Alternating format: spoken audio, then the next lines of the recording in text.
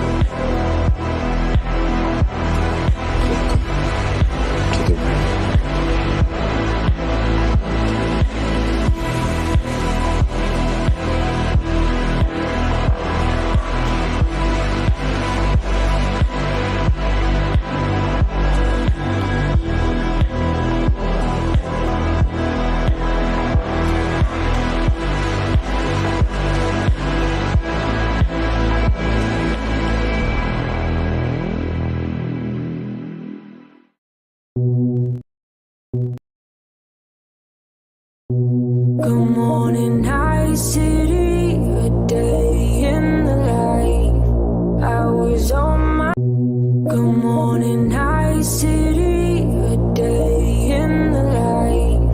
I was on my own, catching a ride with the lady. Her hair hangs down past her thighs, her and pistol shit. Satisfies leather jacket, zipped up tight.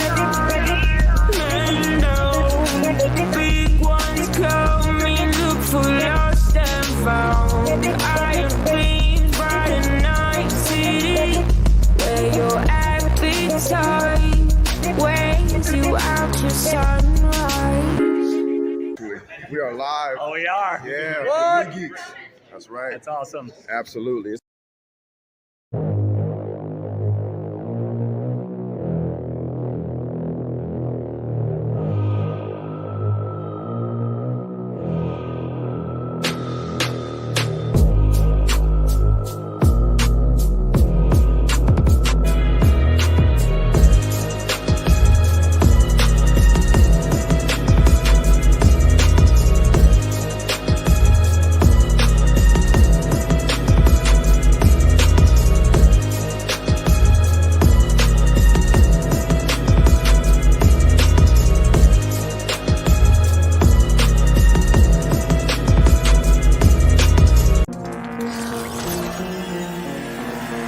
Wake the f*** up, samurai.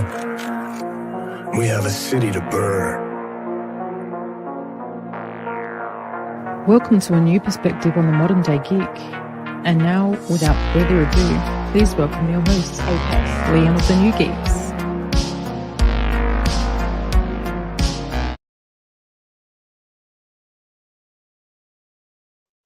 Hello, and welcome back to the New Geekz. It's been a while since your boy's been on. What has it been, like over a month? I think I haven't been on live. But I'm glad to be back. And thank you guys for tuning in. This is going to be a special episode of the New Geekz where we touch on the Ayer Cut. But before we begin, let me go through the chat, see who's here. We got Sergeant Jaratinas. We got Geek Defense Initiative. We got the homie Rel. Man, it's been a minute. He's popping up lately. I love it. I love it. Bat Dan in the chat. I see you.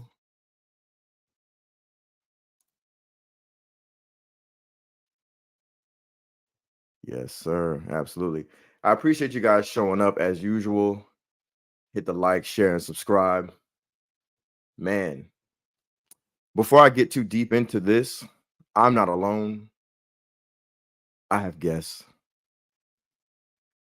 I have people that are just as nutty as me who want to join in on this conversation, this entertainment geek world that we live in. Let me bring on the guests.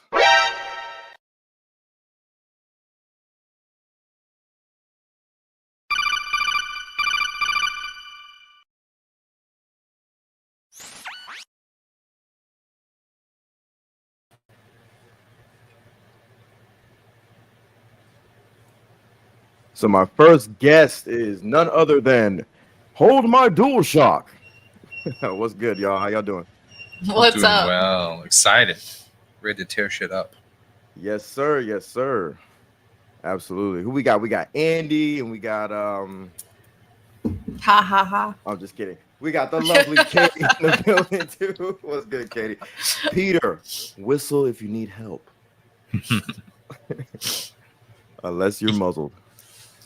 He can't hear you through the muzzle. All right.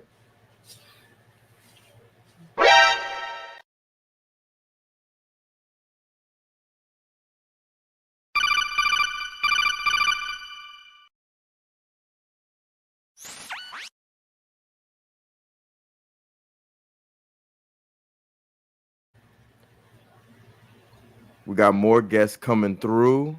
My goodness, I'm getting interrupted by codex calls. This is kind of crazy.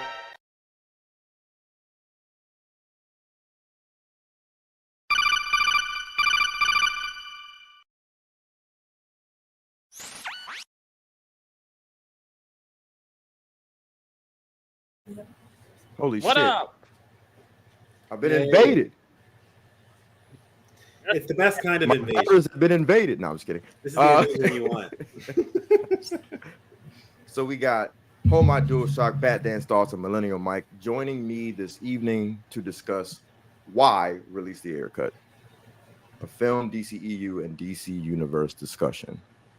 So before we get into that, how you guys feeling tonight? Starting with HMDS, going on Good. through the Millennial Mike.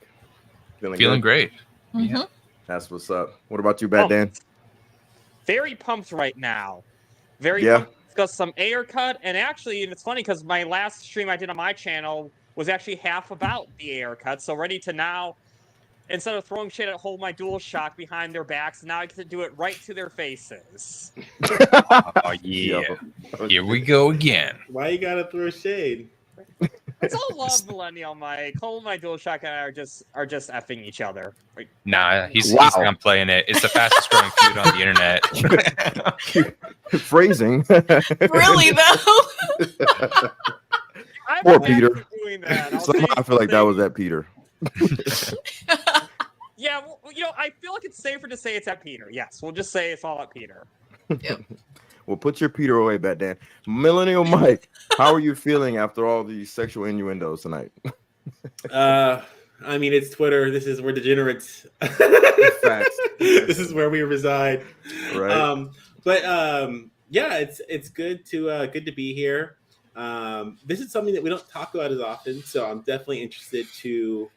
Because sometimes, like when I'm talking, it's an exploration of my own thoughts, just as much as it is, like I don't always know what I think until I talk it through. So we'll see what happens. I like that attitude. It's like you kind of have an idea, sort of a foundation, but it's like, is the cement still wet? Yeah. Who knows? Before I go on, Let me dig back into the chat. I saw Mama Bear gracing us with her presence. Thank you for joining us, Mama Bear. Always welcome on the channel. She has been a beacon of light, you know what I'm saying, and wielding her moderator sword, slashing through the betas and the bots and the bullshitters, you know what I mean? We got Osa Fresh pulling up. What's good, Osa Fresh? All right. So the first topic before we get into the official topic is, of course, Zachary Edward Snyder has done it again, man. He shocked us with some news. Now, before, this news was just a rumor, and we were all kind of cautious, especially, you know, people over here on the New Geeks and the Syndicate Network overall, because we know what happens when dealing with, you know, Warner Brothers. Let's be honest. We know they're kind of don't hold your breath kind of an attitude, right?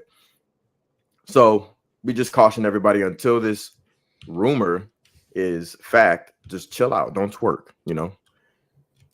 Now we have Zack confirming, according to comicbook.com and verified by one of the reporters. I actually said something to him on Twitter. I think his name is Chris Killian, if I'm not mistaken. Chris Killian, he is definitely one of those guys who has stuck his neck out for Zack. You know, not to sound dramatic, but you know, when you stick your neck out for Zack in the journalist world and the media world, they tend to try to lop your head off, you know. So let me pull up this, you know what I mean? So let me pull up this article.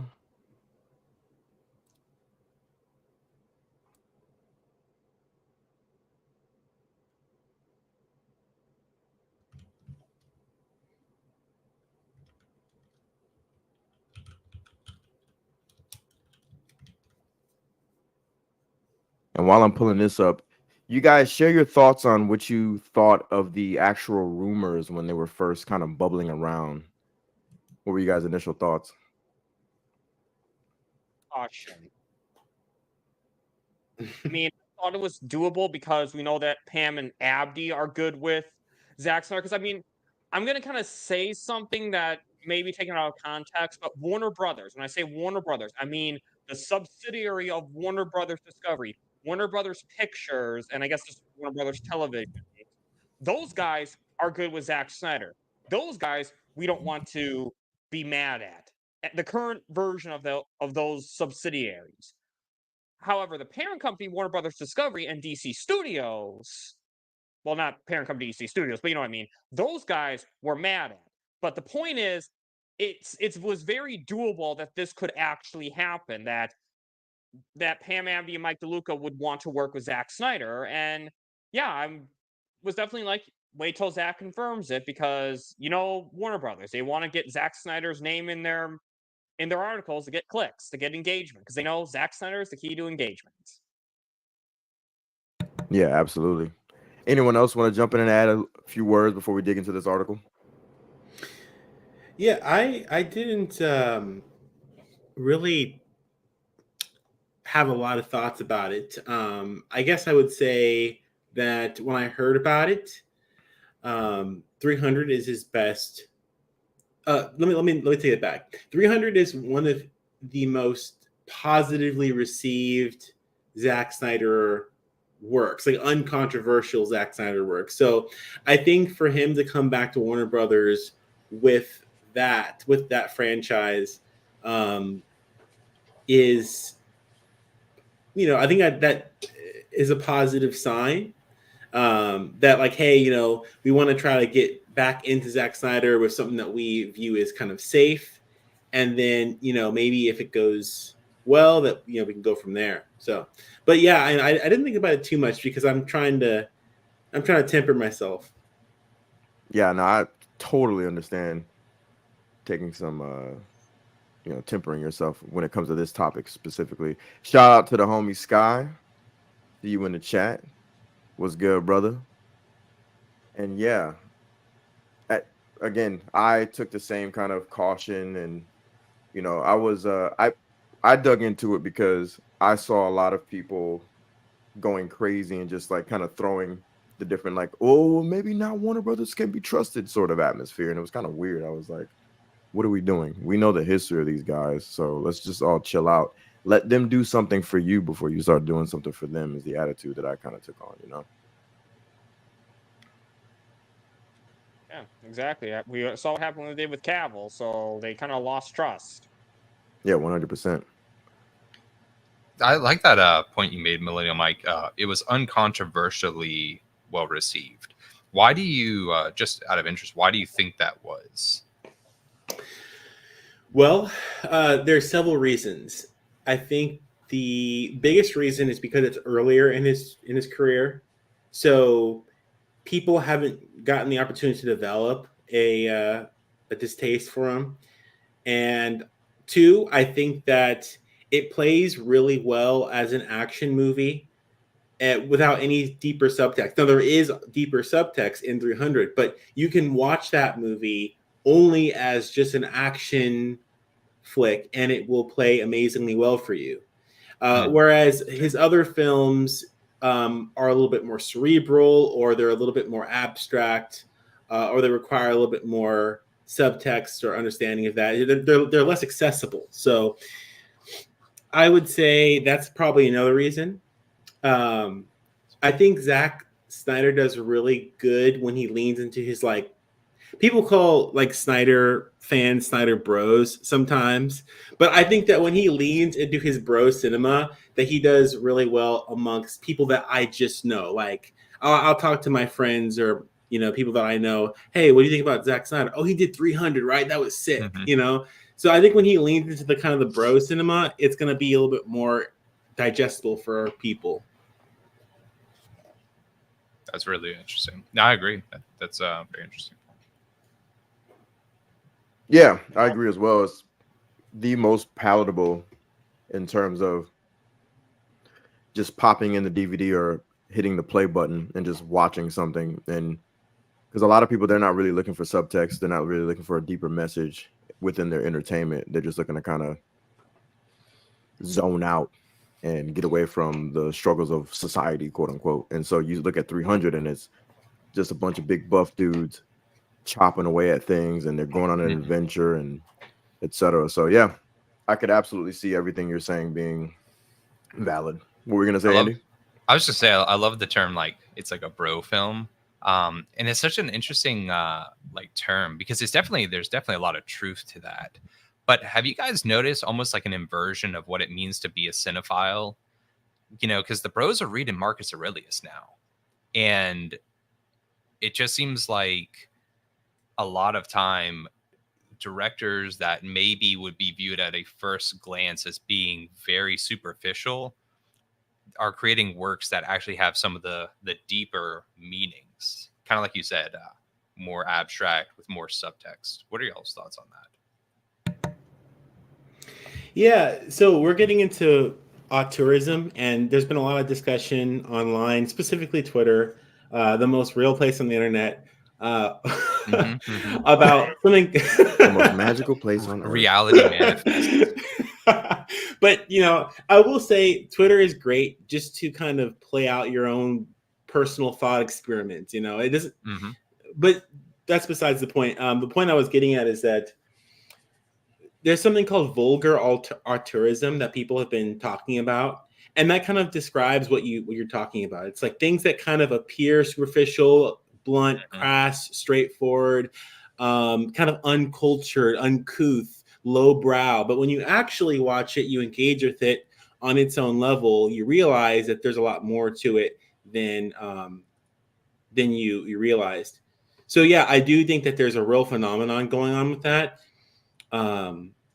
Because honestly, I can't even pretend I know all the cultural reasons why this is maybe making a comeback.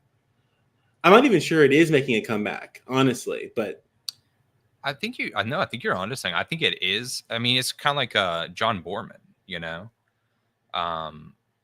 in that kind of 80s, hot and cold, but taking like big swings at stuff. And I definitely think when you look at meme culture, the people kind of diving for deeper films, maybe less consumer driven films, are also interested in things that may not have immediate mass appeal, but also with, like you said, some of that vulgarity, like at first glance seeming, if any, maybe even borderline redundant or reductive.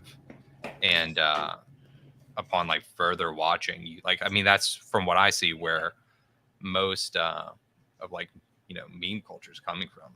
Yeah. I would say the best place to look for this, because I don't know if it's necessarily like a new or a recent phenomenon, but the best place to look for that kind of phenomenon is basically find where the discussion about media literacy is. And you'll usually find vulgar artourism not too far behind. A lot of times there'll be fans of this entertainment that are looking at it much more straightforward. Like, the meaning is in the text, right? They read it and that's what it is. And then you'll get people that will say, no, actually, this is what it means. It means the opposite. Or if you listen to discussions where people will say, oh, this is actually a parody or a satire or a subversion or a criticism of this or that. And there are two people who are arguing about why this is good, as opposed to it is good or it isn't. That's kind of where usually the vulgar artourism resides. Now, that's not always the case, but a lot of times. And the biggest example of recent is Starship Troopers. That's not necessarily that's not necessarily new, but there's a lot of situations where that has happened, and a lot of times people will re-examine, reanalyze film from the past, and you'll have this kind of phenomenon kind of take place.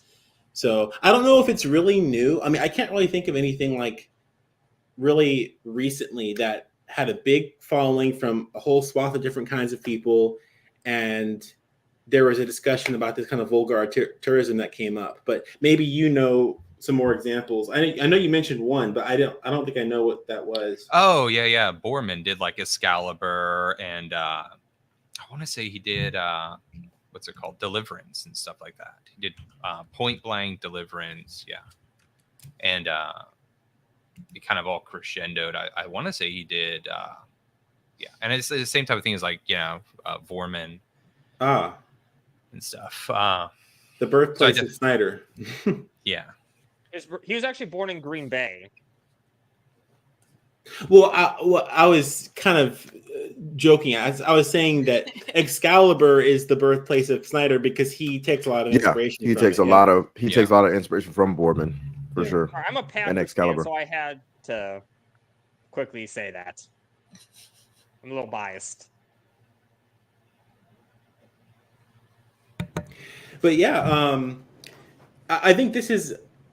I know we're going to talk about it later in regards to David Ayer and things like that. I think that it's interesting. I don't really have a perfect definition for what this vulgar artourism is. You kind of just like know it when you see it, and I think that what David Ayer offered in the Suicide Squad, and this is not. I'm not trying to like go ahead, but I actually do think that this is really like appropriate to the conversation we were just having.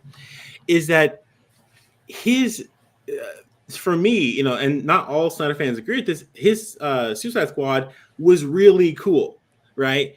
Deadshot was cool. It was just kind of gritty and cool and bad behind, and Margot Robbie was looking hot as Harley Quinn. And it's just really fun and exciting and tantalizing. It's just cool, and you don't need to be, and people were dressing up as all the characters, and it was making tons of money. And the soundtrack, although added later, and isn't necessarily a part of his original vision, it kind of smacks of that. So I think that that's also kind of part of it too. It's like, oh, something that's this, low brow couldn't be meaningful. Now, I don't think that his movie was actually that meaningful, but I do think he was artistic. I do think that there was a certain like flair and art. I do think that there's sensibilities in that movie that you wouldn't necessarily find in just any kind of blockbuster action movie, Yeah, definitely hyper stylized and distinct, I would say. So, And I but think the big thing. Oh, sorry. no, go ahead. Yeah, all yours. Okay. Well, and I think too the big thing with at least like with 300, I think the biggest reason too is that it's not based off a real famous IP. With DC, think about it. DC has so many different fans out there that we all have our own different interpretation on what we want for DC. Like Batman. Think about everyone has a different opinion on who's the best Batman. Keaton, Val Kilmer, Affleck. Some even say Pattinson. But there's a lot more division. Whereas 300, there's no comparisons to make. There's no real, nothing. Like, it's just a movie that doesn't have any real expectations for people, so people aren't looking to nitpick it to death. And I think another reason, social media wasn't so big then. So I think because a lot of people blindly follow the opinions of social media, but social media wasn't really big in 2004, wasn't trying to hate on Zack Snyder, so people just could see a movie and just like it because it's a great movie. And I think also Snyder was less controversial then, because I think Sucker Punch is what made him real controversial with Holly Weird and everything. That's vulgar auteurism 100%. Like Snyder is definitely a vulgar auteur for sure, and he's a provocateur. I think that those two go hand in hand. But no, I totally agree with you. Go ahead. What were you gonna say, Katie? Was that Katie or who was that? No, you can go ahead. No, go ahead. Sorry. Well, give me one moment. Let me just get through this article real quick because you guys are having a really amazing and intellectual conversation about all this, and it was very unexpected. I love it though.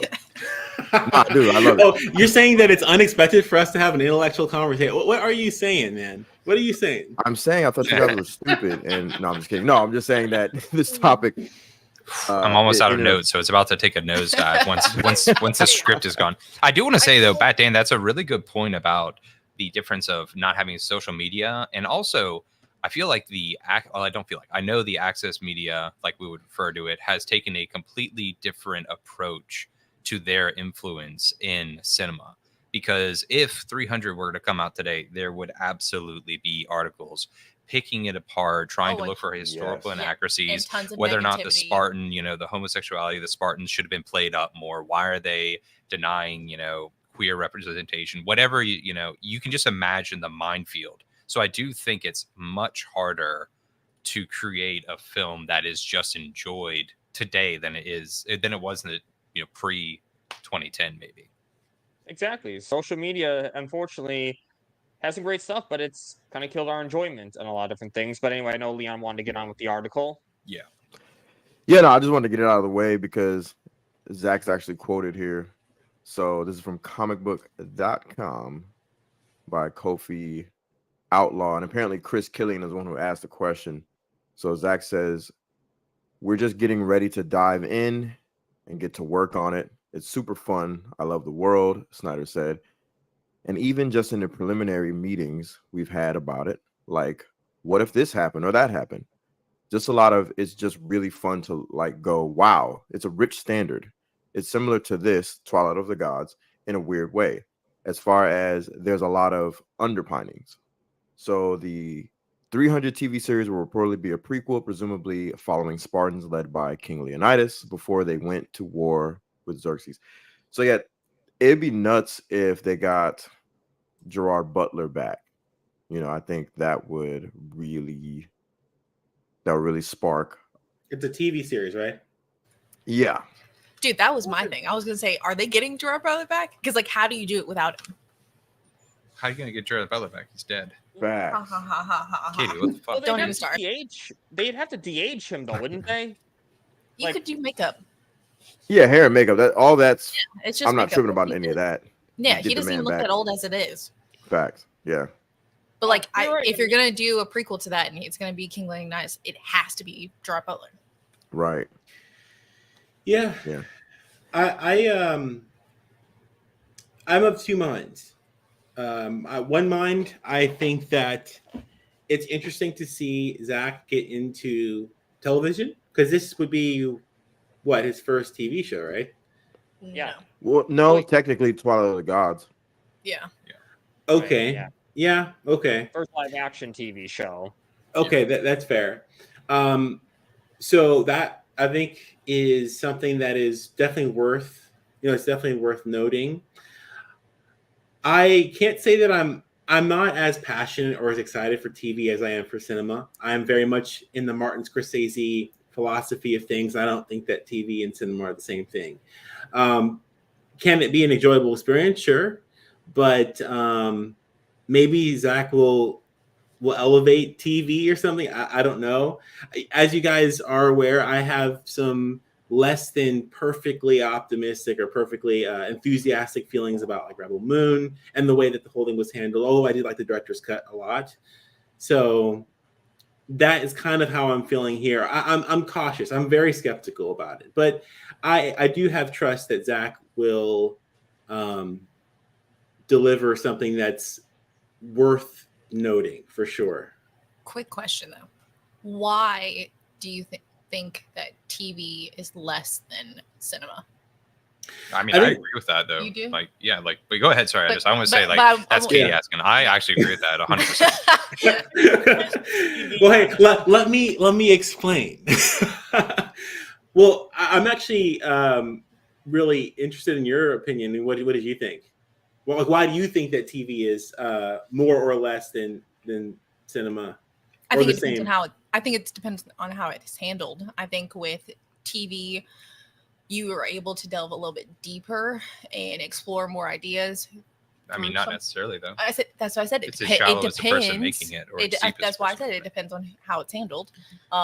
Whereas with cinema, there's a set amount of time, so you generally can't delve as deep, depending on the franchise and who's dealing with it. But plus, I mean, Zack Snyder works. Real quick, before you touch on it, I was going to say the difference that I've always thought in terms of cinema versus television is that I think with television, there's this sense of there has to be dialogue to fill in something.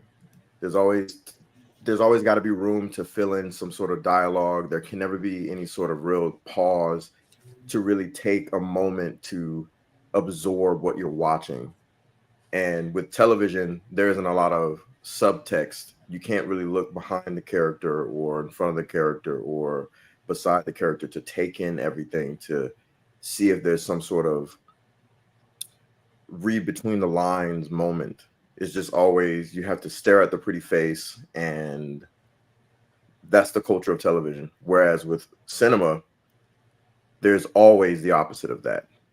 Not always, but the majority of the time, that's the culture of it. Your deeper moments can be had, your subtext, you're looking around the characters to see the world and absorb it all. And I don't really think you get that consistently with television. Yeah. Those are just my thoughts. I think it depends on who's. Yeah, go ahead. I think it depends on who's doing it though, because I think there's a lot of television that high quality television that's had good movie level budget. You know, got first two seasons of Mandalorian, you got the early seasons of Game of Thrones, and what people forget, the Snyder Cut was going to be television. That was going to 100% be a television series before contracts or whatever didn't work out. So I think and Zack Snyder works really well in the longer format. He's made really long, director's cuts of Rebel Moon, better than the studio cuts. The Snyder Cut, a 4-hour movie. So I think that's one reason why with television, I'm not really concerned about the whole TV versus movies, because Zach works so well with long format that I think a television series for this in some ways is perfect. And I think it depends on who's doing the TV series and who's distributing it. Because I do think streaming shows, sometimes, not all the time, because we've had some recent bombs like where the streaming series was nowhere near movie quality, but we've had some good movie level quality series, I feel like, on streaming sites particularly. So I think it really depends, because I do understand what you're saying. I do think in general movie quality is way different than TV quality, but I think streaming sites, I think they're kind of like the bridge to that. You get some high level movie quality series and you get some non-movie level quality series. So I think it really just it really just depends on how it's executed and who's doing it. And also, too, we don't know which streaming site this series is going to be on. It may not be on Max. You're looking at this question, and not to cut you off, but you're looking at this question based on Zach. I think I'm answering the question based on just the question in general, not necessarily tied to Zach. Because like if we're tying it to Zach, then yeah, he's gonna definitely make it cinematic no matter what format it comes out in. But consistently, the culture of television is almost anti-cinema, if you will. I think it's been getting a lot better though, with more than just Zach, because it's working that way because you got the first 2 seasons of Mandalorian, you got early seasons of Game of Thrones, even where I guess that's not streaming, but you got a lot of streaming shows that are having higher budgets that are kind of reaching that higher quality. But I think. I think the reason why I went into Zack Snyder, because I think to me it's not an easy one size fits all type of answer. I think it just really depends on the person doing it nowadays. I don't think you can really just say in general, because I think it just depends on who the showrunner is and who is actually doing it. Well, philosophically, I think if I was to answer the question, what makes one better than the other, or are they the same? The question I would really have to ask is what actually makes them different. Now, the debate, the question that I don't think a lot of us are asking, and the debate that none of us are having, that we should be having, and we may be having, but might be too late by that point, is about content. Okay. Yep. At the end of the day, I believe that a lot of us, and I think that it's totally understandable. I'm not like criticizing anyone for saying this or thinking this, but I think a lot of us really just think that a movie is a long video and that a TV show is just smaller videos. And you watch both of those videos on a screen, and that's the difference, right? Yeah. But no, I think philosophically, fundamentally, there is a difference. And if there is no difference, well, then that's where the rift is. That's where the conversation truly is. Like, is a TV show just small videos in sequence? Like, I don't think so. I think TV fundamentally is about convenience. When TV was first a thing, it was like it was video in our homes. As a matter of fact, TV was before movies, actually, right? So people had TVs in their homes. Then later on, cinemas became a thing, if my memory serves me correctly. No, it's been theaters were first. The theatrical experience. Everybody used to have to go out of their house to go watch. If you wanted to watch anything, you had to go to a theater to watch it, and then television was invented later. Yeah. Well, I think the projector was earlier, so yeah, that would make sense. But in any case, I see TV as something that's more about convenience, right? It's where you are. It's like you and your family are there, so that's kind of like it's for you, you know. Whereas movies are about the communal experience. It's about epic, about grand, shared, cultural thing, right? So I 100% agree with that. Yeah. Right. So I actually believe that. Now I think people are trying to blur the lines, but what we're seeing is we're just seeing TVs becoming movies split up into portions. Yeah. And philosophically, I don't think Yeah. I mean, it's not a problem necessarily. Like, sure, that's a thing too. It's valid. I'm just saying that words are failing us because what we're watching are cinematic experiences, like split up into pieces. But they're really, truly cinema. It's movies. It's not quite as good because it's trying to figure out its own identity. It's trying to appeal to two different philosophical camps, and it really can't do that because they come from different histories. But that's kind of my general thoughts on it. Yeah, I think it comes down to consumption versus experience. Things that are in your home or for passing time, you make a distinct decision to leave your home and experience film. And with that commitment comes a greater amount of responsibility on the director. I think it also comes down to scale. I mean, just from the art side, the decisions you make to appear on the big screen are at a base level different than what you put on a small screen. And sometimes in trying to blur those lines, you get a great amount of inefficiency because things won't translate. I think also just the intent of when you look at cinema as the great equalizer, everything that's come has to fit roughly into like a 2-hour runtime. Whereas you can have as long as you need to, you know, tell a story that's on a streaming series, or even just like, I mean, look at The Sopranos, great television. You can immediately tell it's not a movie. Yes. You can tell it. You can feel that it's not a movie because the distinct choices that are so fundamentally different in why they want you to give you their time. I mean, one is to sell ads. One is a direct appeal to like a transaction of value. And I think you feel that. I think that there's a great amount of, if you could say like whatever streaming series comes out and the director says, hey, I've got it and I can just nail it in 3 episodes, they'd be like, that's too short. Make it longer. Yeah. And that's what I was saying without really, is that word, the feeling part. Like when I pause, I'm like, wow, what's the word? It's the feeling. When I say the culture of television, it feels like when you're thinking about cinema, it feels like something's missing. When you're just watching television, you're not thinking about that. Yeah. But when you're thinking of it in terms of TV versus films, you're like, something's missing. And it's the way everything is put together and shot. It's shot specifically to look and feel like the culture of television. And I think too many TV directors have made their way into cinema, not realizing it's a different art form. And that's where you get this great, the first Avengers movie. Yeah, it's this homogenization. Yes, and that's such a great point. It feels like a TV movie to me. It always has. It always has on a big budget. The whole Feige is a showrunner, and the MCU and its phases are seasons, and each episode are the movies. Right? It's literally yes. You have to. I was just gonna say you have to see them all to understand the next one. Yep.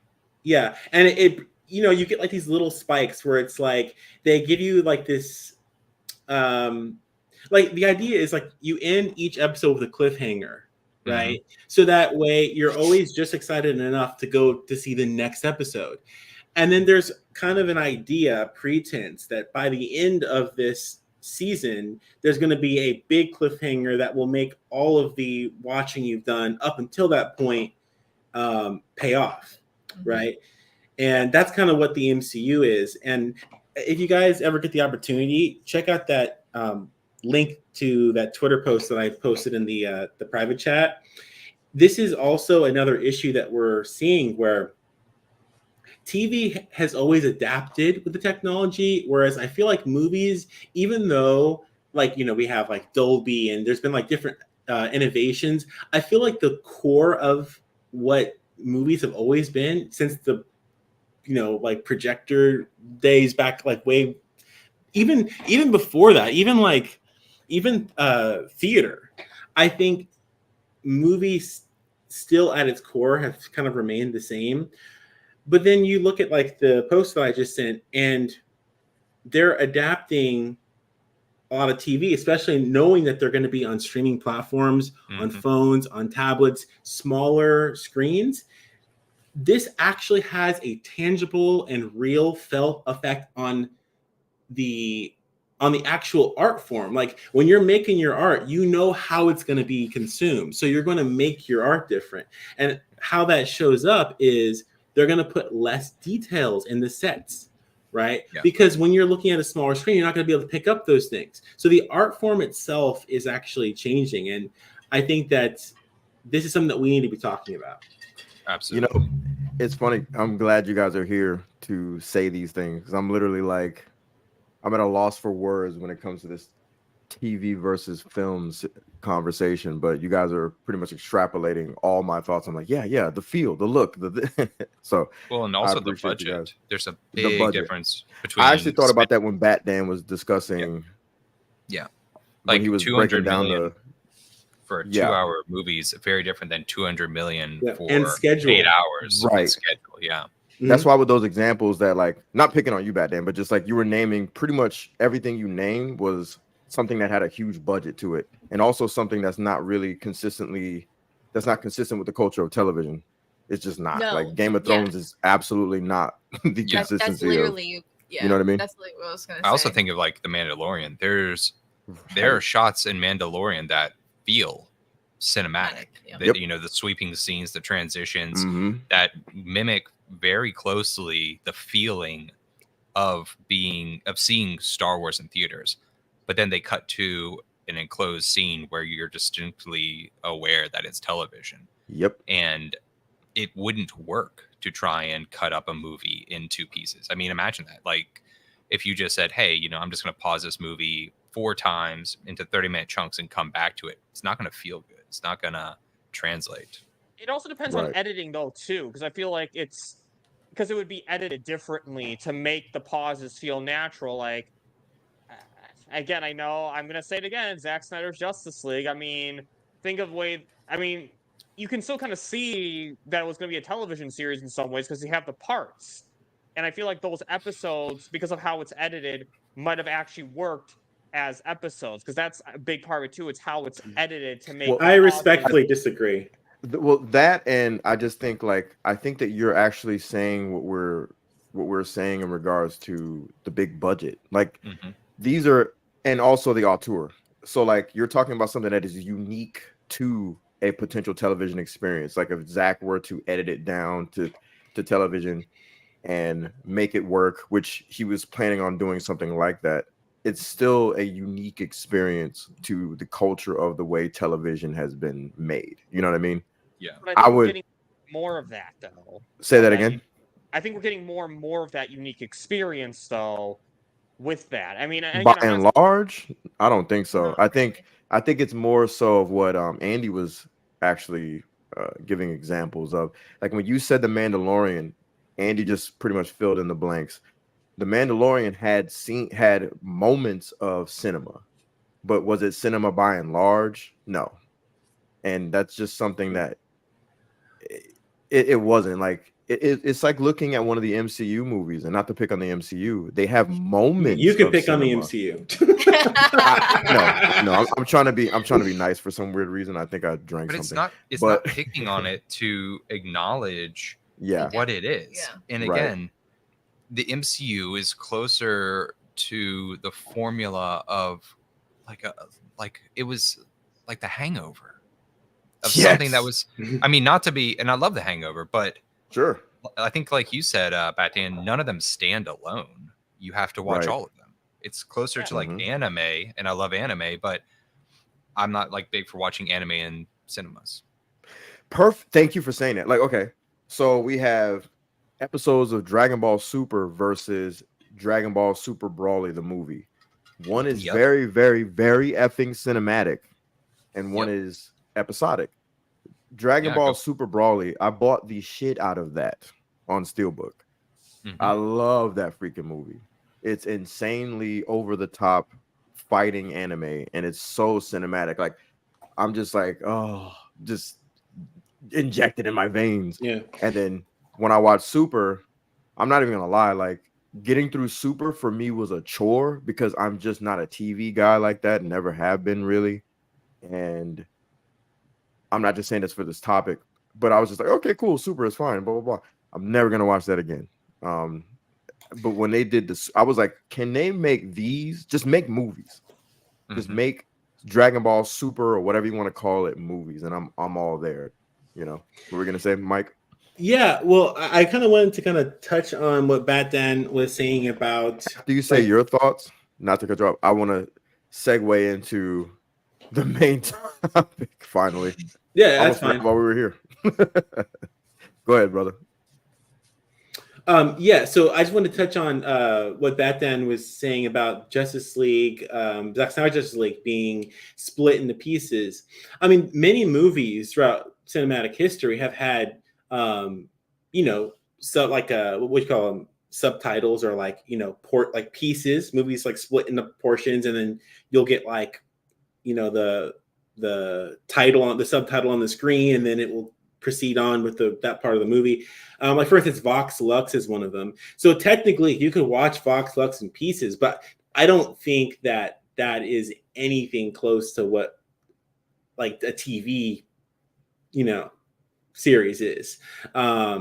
I think that just the format, the pacing, you know, the crescendo of each episode is different. Whereas like a lot of times with movies, and Zack Snyder's Justice League actually is a perfect example of this.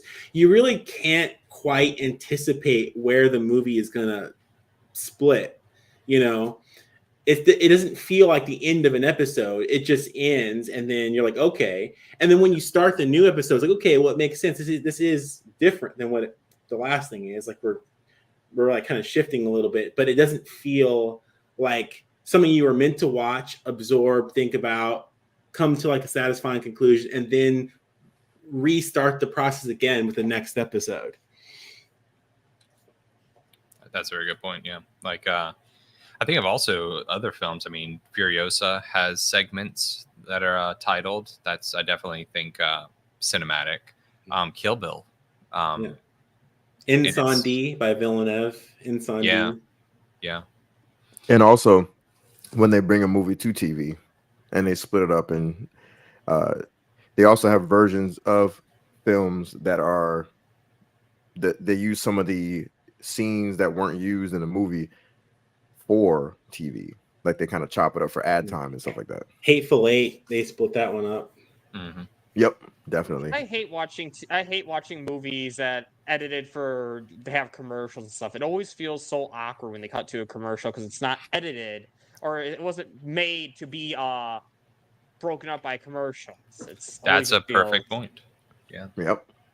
And I guess I think that's another one of those feeling differences of it's not made for that. And so you watch anything, even something that, I think about, I watch The Big Lebowski. No matter where you cut it, you're robbing it of a moment when you see it on TV versus watching it all the way through. Whereas with an episode of something, it's built to be cut. It's built around, if we're being absolutely honest, it's being built around that. Mm-hmm. Most definitely. Well, gang, this is a crazy, great conversation. Unexpectedly long. I don't mean that as a complaint. I mean that as this is something that I hope the replay crew dives into, because the conversation of cinema versus television, or cinema in general, I think one day we should all get together and have a conversation about what Martin Scorsese really meant about cinema. I think that's something that I would love. Make sure I am there. I'm so serious too. I've read his op-eds multiple times. I have them on bookmark. I read them from time to time because I think he thought about that. He did not just put that out there. For sure. Yeah. I used his quote when I did my review of ZSJL. You read my review of ZSJL. But anyway, going into the main topic, why we're here tonight, we're going to be discussing why Release the Ayer Cut is a thing, why it should or shouldn't happen. We're going to get into it. Y'all jokers must be crazy.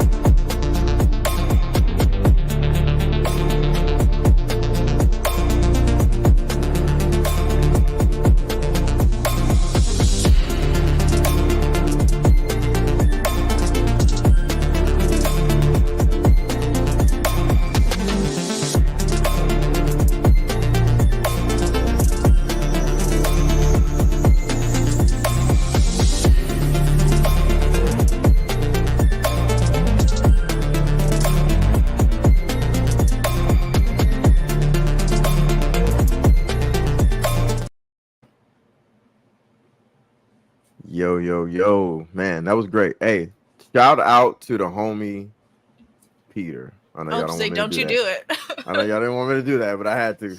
I'm out. Peter's the best. He's the best of Hold My DualShock, I would say. Oh shit! Oh Those are some shit! big words. Yo, Andy, you back? You here, bro? You still here? I'm gonna bring Peter on here, and you can hear him stutter through this. Nah, bro. Now you gotta end Bat Damn, bro. I got some words, I got something planned. Don't worry. And he got some heat. Yeah. Oh shit! I got a son. manifesto. So why release the Ayer Cut? I wanted it to sound like I'm not into it in a way. I did. I kind of wanted to sound a bit, like I sound about Rebel Moon, the theatrical cut. Yeah. Yeah, like technically no theatrical cut. Yeah, Just Netflix again? cut. Yeah, but Oh, it's spiritually the same thing, and that's what I'm trying to. Anyway, that's for another time. I'm a smart ass. So, don't you Millennial Mike, charge you'll- this man up about Rebel Moon. Don't do it. That is not what we're Bad talking Dan. about today. Don't do it. I have restraint sometimes. So I think I could just start off by asking, if this thing is complete and there's so much fan outcry for it, why haven't they released it? Maybe this is an obvious question, right? But I just want to hear everybody's thoughts. Let's start with Bat Dan. What do you think? It's all ego at the end of the day, because, well, the big reason why Warner Brothers did not want to release the Snyder Cut in the first place, because then you have to admit, I was wrong. We were wrong. We should not have touched this. We should not have touched this movie and let the directors do their thing. But AT&T demanded it. Warner Brothers looked stupid when the Snyder Cut released because they looked stupid for Justice League existing. Looking stupid once was hard enough. Why look stupid twice? And then you got James Gunn. He doesn't want another Suicide Squad movie outdoing his own movie. And so I have a big saying, and this is going to come up a lot. One party's guilt does not equal another party's innocence. So that's going to come up a lot when I say this, but David Ayer, I will admit, David Ayer was partly at fault too, because he should have been less flip-floppy. And I'm sure there's different circumstances, and I don't put all of it on David Ayer. I know that's a hot take, but I do think he was a big part of it too. But I think at the end of the day, it's egos with Warner Brothers, DC Studios now, and David Ayer being too nice at certain points. I mean, Zack Snyder kept the hype going. Zack Snyder is the one who kept the hype going, whereas David Ayer didn't. But I think the biggest reason too, Studio Squad was a way better movie than Justice League. I think a lot of people, I'm going to be honest, I enjoy Studio Squad. I enjoy that movie. I can sit down and I can have a good time with it. I couldn't do that with Justice League. So I think in some ways there's slightly less demand than that. And I will say this in Havoc, David Ayer just needs to hire Zack Snyder to tig Margot Robbie out with another actress, if that's really what's going on. So I could go on and on once I start a rant, so I'll move on to whoever Leon picks next. He sounds like B Rabbit from 8 Mile. He's like taking all the cars off the deck there. But I hear you, Bad Dan. Millennial Mike, why do you think they haven't released the Ayer Cut? I'm gonna be honest. I don't know, but what I do feel like I have something interesting to say about it. Right? I feel like I do have something interesting to say about it. I don't think it's ego. And just as I don't think that, I actually don't really think that ego has a lot to do with most things that have happened with Warner Brothers in regards to, Zack Snyder, or in this case, David Ayer, or anything really. And I've been thinking about this a lot. And the reason why I feel this way is because with ego, there has to be some kind of accountability. So you're afraid that your peers are going to think less of you, or that someone whom you are accountable to is going to think less of you. But a lot of these executives are nameless. A lot of these executives don't take responsibility for anything, and they have golden parachutes. And there are many executives who make bad decision after bad decision, and they don't ever, even when they do get criticized by the audience, social media, Twitter, whoever it might be, they don't stop. They just double down. So I don't think ego has anything to do with it. I think we project on them because we're like, oh man, they must be so embarrassed. They keep on failing. But it's like, they're also making money. So it's like, I don't know. I don't necessarily think ego really has anything to do with it. Okay. No, I hear you. And I think there may be merit to what you're saying, because I think we look at it from this social media atmosphere of you know, there's a name to these guys, and the big corporation is the boogeyman, which a lot of the times they freaking are. But the little guys that are involved with some of these decisions, they can make these decisions and go out right off into the night, and we'll never know who the hell they are. So it's not going to affect them. No either one really way. cares. Yeah. Andy, what do you think, brother? And Katie? Let's be realistic here.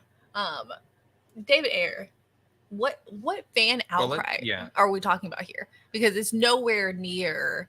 That's something Zack I want to Snyder. break down. Yeah, I just comparatively, all right? So if you look back, the Snyder Cut had the type of fan outcry that they couldn't ignore. So the very fact that Warner Brothers is able to ignore the fan outcry means it's not significant. So that alone, I think, invalidates the idea that there's a huge push for Ayer stuff. And I do think it's an afterthought. I think that because of the Snyder Cut, it reawakened in people this idea that maybe films are just better if the director gets to do what they want. Not always true. Definitely not true if you look at the history of cinema. Secondly, I think that there's a desire to try and maybe stick it to Warner Brothers. But let's be honest. If you want to go based on Warner Brothers' mindset, they made the right choice because Suicide Squad made money. That's what they wanted. They wanted a mindless film that made money. They were not interested in delving deeper into what Snyder was created.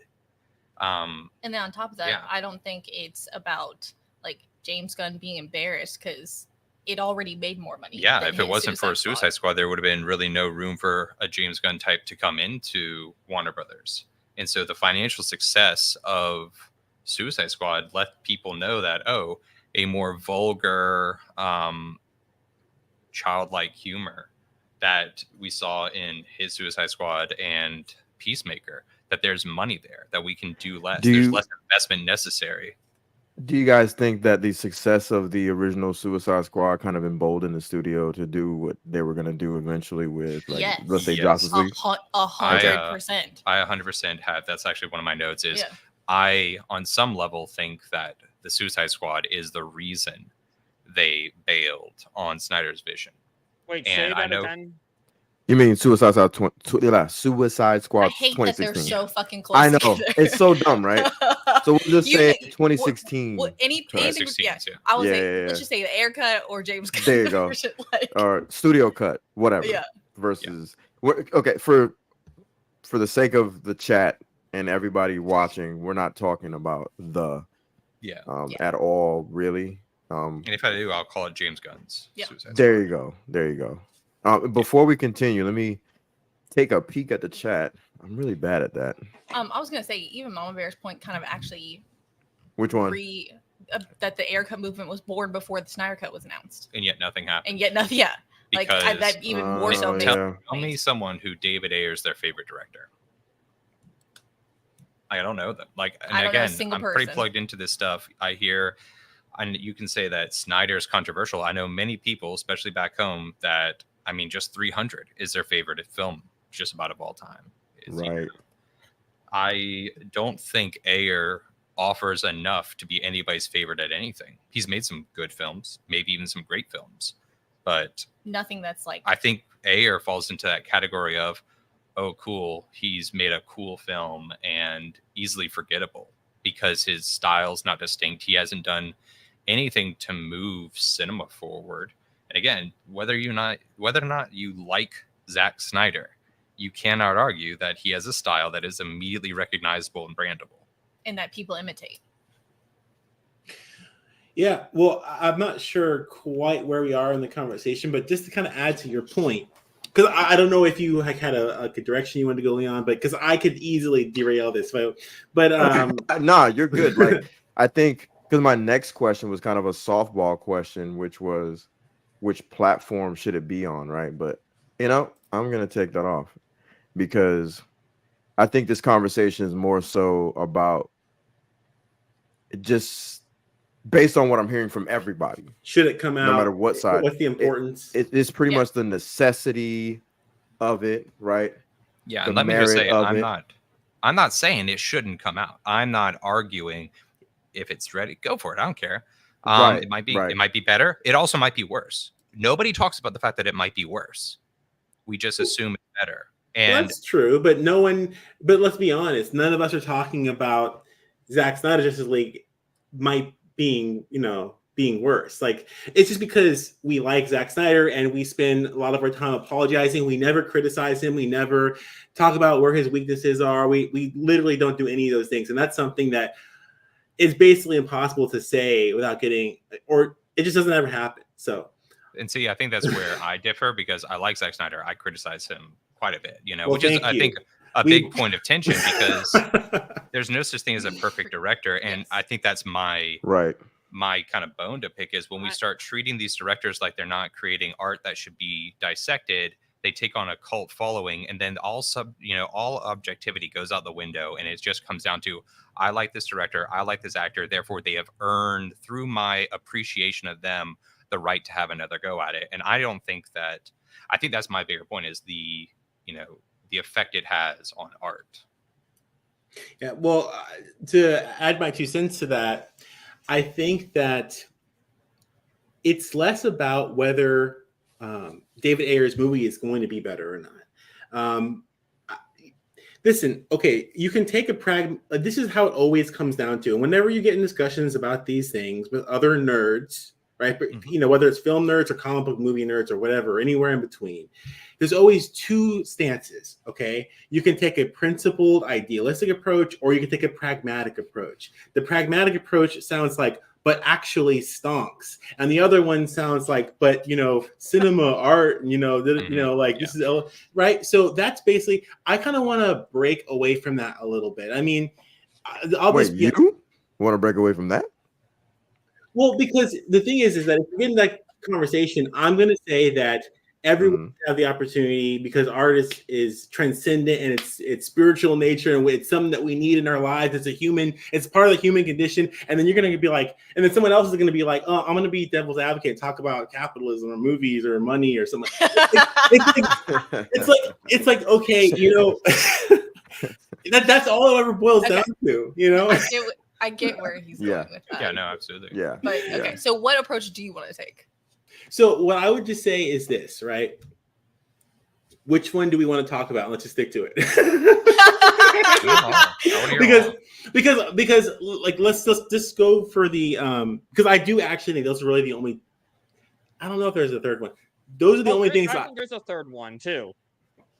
Go for it. The necessary parties get their return on investment. I think that's another key point to admit, because at the end of the day, that's really, to the studios, that's what matters, is money. Will it make money? That's the other big question. That's pragmatic. That falls into that pragmatism. And if we're going pragmatic, they made their money on it already. And I'm less interested in the pragmatism. more money? Yeah, I'm not interested in the stuff that, like, because if you're and Warner everything behind the Brothers, scenes. you look at this as something that's been put to the side for something new. And so when we start talking pragmatism, then you give credence to the argument that, they should never bring the Snyder Cut back because it would distract potentially from the new DCU. And I don't want to have that conversation. Okay, the Snyder movement was built on idealism. So I don't think we really have. I think if we want to switch up the argument to a pragmatic one, we're doing so because deep down we want to diminish the fact that we don't really care about it. So it's like, oh, well, money, and that's what I think a lot of times what it is most of the time. I mean, I'm not going to try to pretend like the cinephiles and the idealists and the media literates out there don't have their own flaws and fallacies, but I just think, let's just try to be fair as possible.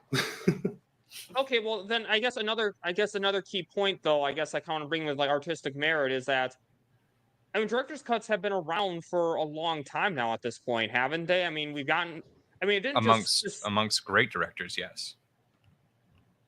But I mean, Michael Bay doesn't get a director's cut, you know what I'm saying? But I mean, I guess the point, though, is that it's nothing new, though. Is my main point, though, is that director's cuts have been around for a while now, and people, because I mean, I guess I've always looked at it like this: is that no matter what, if there's a director's cuts that's out there and that's already filmed, I want to see it.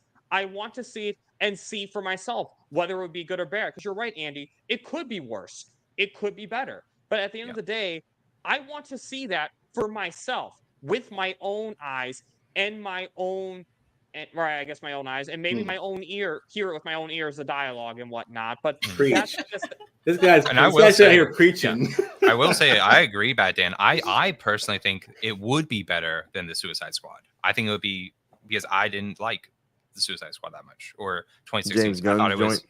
I just think Suicide Squad was just mid. I think it's a mid film. I think it's a Oh, cool the film. 2016 joint. Yeah, Yeah. I don't think there's Gotcha. a lot you can do with that story, and I think it derailed what was building to be a very interesting cinematic universe. Yeah. 1 second before we continue, I got a call.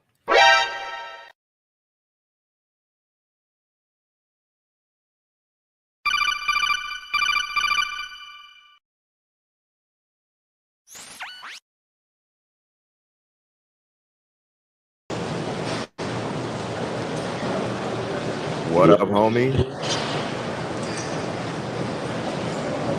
Let's see if I can get him in here. There we go. Holy debate, Batman. Are you in like Good a job. mall, a shopping mall, or something? I am at the gym. Can y'all hear me, or is it hard? I can try to move around. I just heard a dumbbell.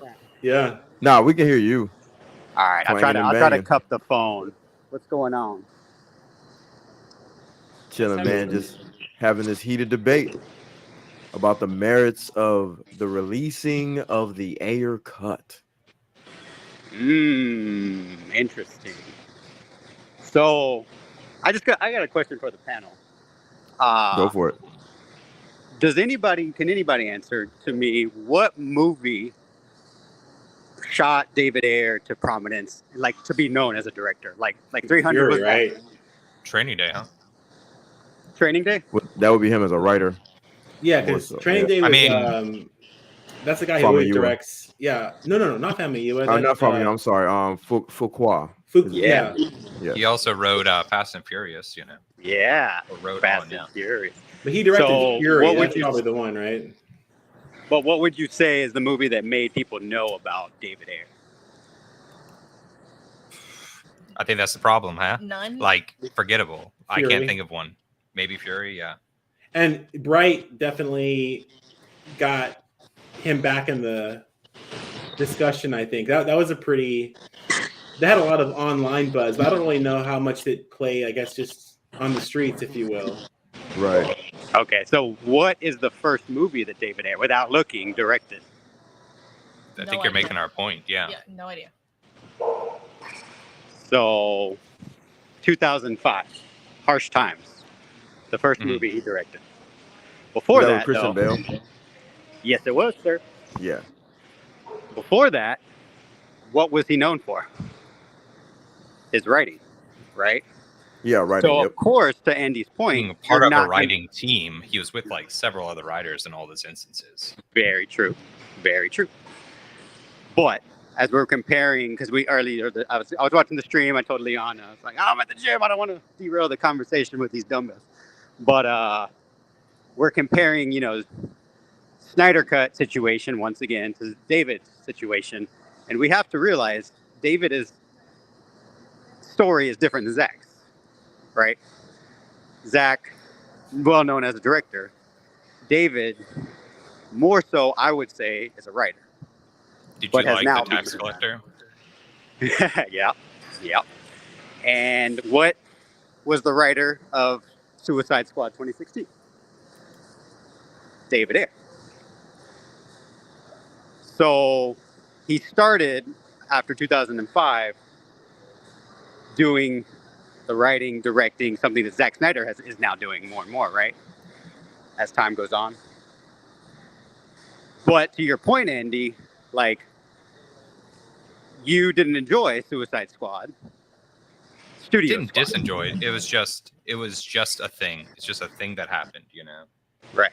But you didn't see the man's script that he wrote. You saw like a studio version. Maybe Saw the what bare everyone bones else is there. saw. Yeah. Right. But you didn't see his version of the story.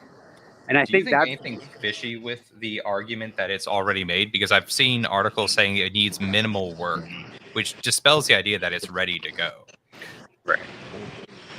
Yeah, I mean, I don't know, like, exactly the things that I've heard is that, So can we take pretty much that just off the table that it's ready to go? Because it's clearly not if he's saying I need minimal work to fix it, from his words. right. So as far as I know, it's CGI, right? Because we're dealing with a different version completely, just like with Steppenwolf.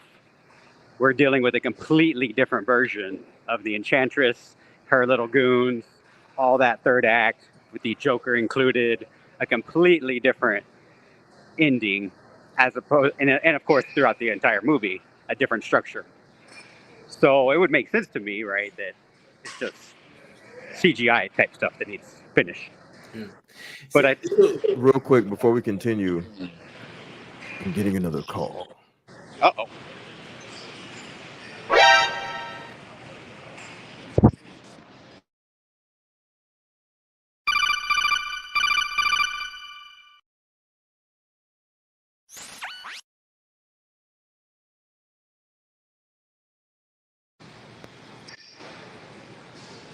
Yo, yo, yo. Yo, y'all know what the fuck going on around here? Do we know? I've been Welcome to listening. Gen I've been listening. Oh boy, do we have problems up here. There ain't gotta be no problems. What are you talking about? Nah. I've been listening. You know what I mean? Nah, I'm just joking. Much love to the panel. Much love to the chat. Glad all y'all here for this wonderful conversation. And I'm just here to add a little bit. You know what I mean? Word. Good to have you, bro. How you feeling You're just tonight? here to stir the pot. Hey, I'm feeling good. Hey, and stir the pot I shall. Back. The pot will be stirred. Yeah. Turn the heat up a bit, huh? For sure. Hey, you hear that? Fudd Rock. Yeah, I am up here cracking my knuckles. You know what I'm saying? I am up here cracking. Yeah. He's doing the inside out way where his palms are facing the screen. What's going on, y'all? How y'all feeling? Eye cracking knuckles. Feeling great, yo. Feeling great. Let me take a pause to check on the chat. You know what I mean? We got a full panel tonight, or it's filling up, I should say. You know, with some legends up in here, man. Some legends, you know what I mean? Shout out to Mama Bear. Sin Havoc's going fucking ballistic in the chat. All I see is orange logo. Holy shit. We got CY and CY in the building. I ain't seen CY in a hot minute, man. How you been, brother? Good to see you, man. We got South Cali guy, Mama Bear. Yeah, that's what's up, man. Everybody showing up. Fudd Rock. Yeah, Sky was, you know what I'm saying, cracking the knuckles. He bringing the smoke, man. He bringing the smoke. So let's continue on. I think from what it sounds like partially you guys are talking about something that's kind of been stirring up in the conversation, which is this thought process that these two are equal. And I'm just gonna let it be known I'm of the impression that they're not equal. They're not equal circumstances. They're not equal on any level. Yeah. I don't think it's just the circumstances. I think it's deeper than that. And look, I'm not trying to beat up the merits of the Ayer Cut or David Ayer himself, but like I think what Andy's kind of circling around is this notion that, you know, it's just not the same, right? I'll let others take care of that before Andy starts cooking, because I know he's like, he's ready to go ham. Let Sky start off, since you just got here, brother. What are your thoughts on the release of Snyder Cut not being equal to release the Ayer Cut, or vice versa? Yeah, they're not the same. Yeah, I totally agree that there are not the same in terms of like excitement, history. It's just things that have transpired. I've been very clear. Even the directors didn't conduct themselves in like the same way the entire time that this has been going on. So, you know, be that as it may, right? My point is, because if we're going to talk about artistic merit, right? If that's what we're going to discuss, right? If what I heard from somebody that heard this directly from David Ayer's mouth, if what I heard is true, then that's fucking egregious. You cannot put somebody's name on. I mean, look, technically speaking, you can, right? Because they own this shit, right? But let's just say if that was you, right? And you went and made a movie and the studio goes behind your back and makes a secret edit of the film, and you find out not too long before the premiere. Yep. Let's just say that, right? That this movie that has your name on it literally like pretty much has nothing to do with you. Like, yeah, you shot it, but you know, a lot of this stuff is not the film that you made. It's not the film that you necessarily wrote. Yeah. It doesn't have the same tone. It like just everything is different, right? So with that film making money like it did, I do agree that kind of emboldened them to do what they were going to do to Justice League. But at the same time, look what happened, right? And I think that when each of us think back to that film being the Studio Squad, like there was a lot of problems with that movie. Even though it was cool, like it was a straight movie. And I think that the fact that the soundtrack was so dope and the Harley Quinn stuff, that's what really drove that film to make that much money. But at the end of the day, it was a pretty forgettable film that I think, you know, did a lot of disservice to the entirety of the DCEU. It was really supposed to be a lead up to Justice League, and it was not. And I think that no matter how you slice it, like if that is what happened, and if that film is as different as I was explained to that it is, right, then on artistic merit, I think that we should be trying to see this. Now, am I going to, you know, put forth the same effort that I would with some Zack Snyder stuff? Absolutely not. And I think that David Ayer only has himself to blame. But I don't think that movie that we saw was indicative of what I've come to know from the films that David Ayer has worked on. So I do want to see it. I'm all here for it, but it does it is definitely lower on the totem pole than all of this Zack stuff.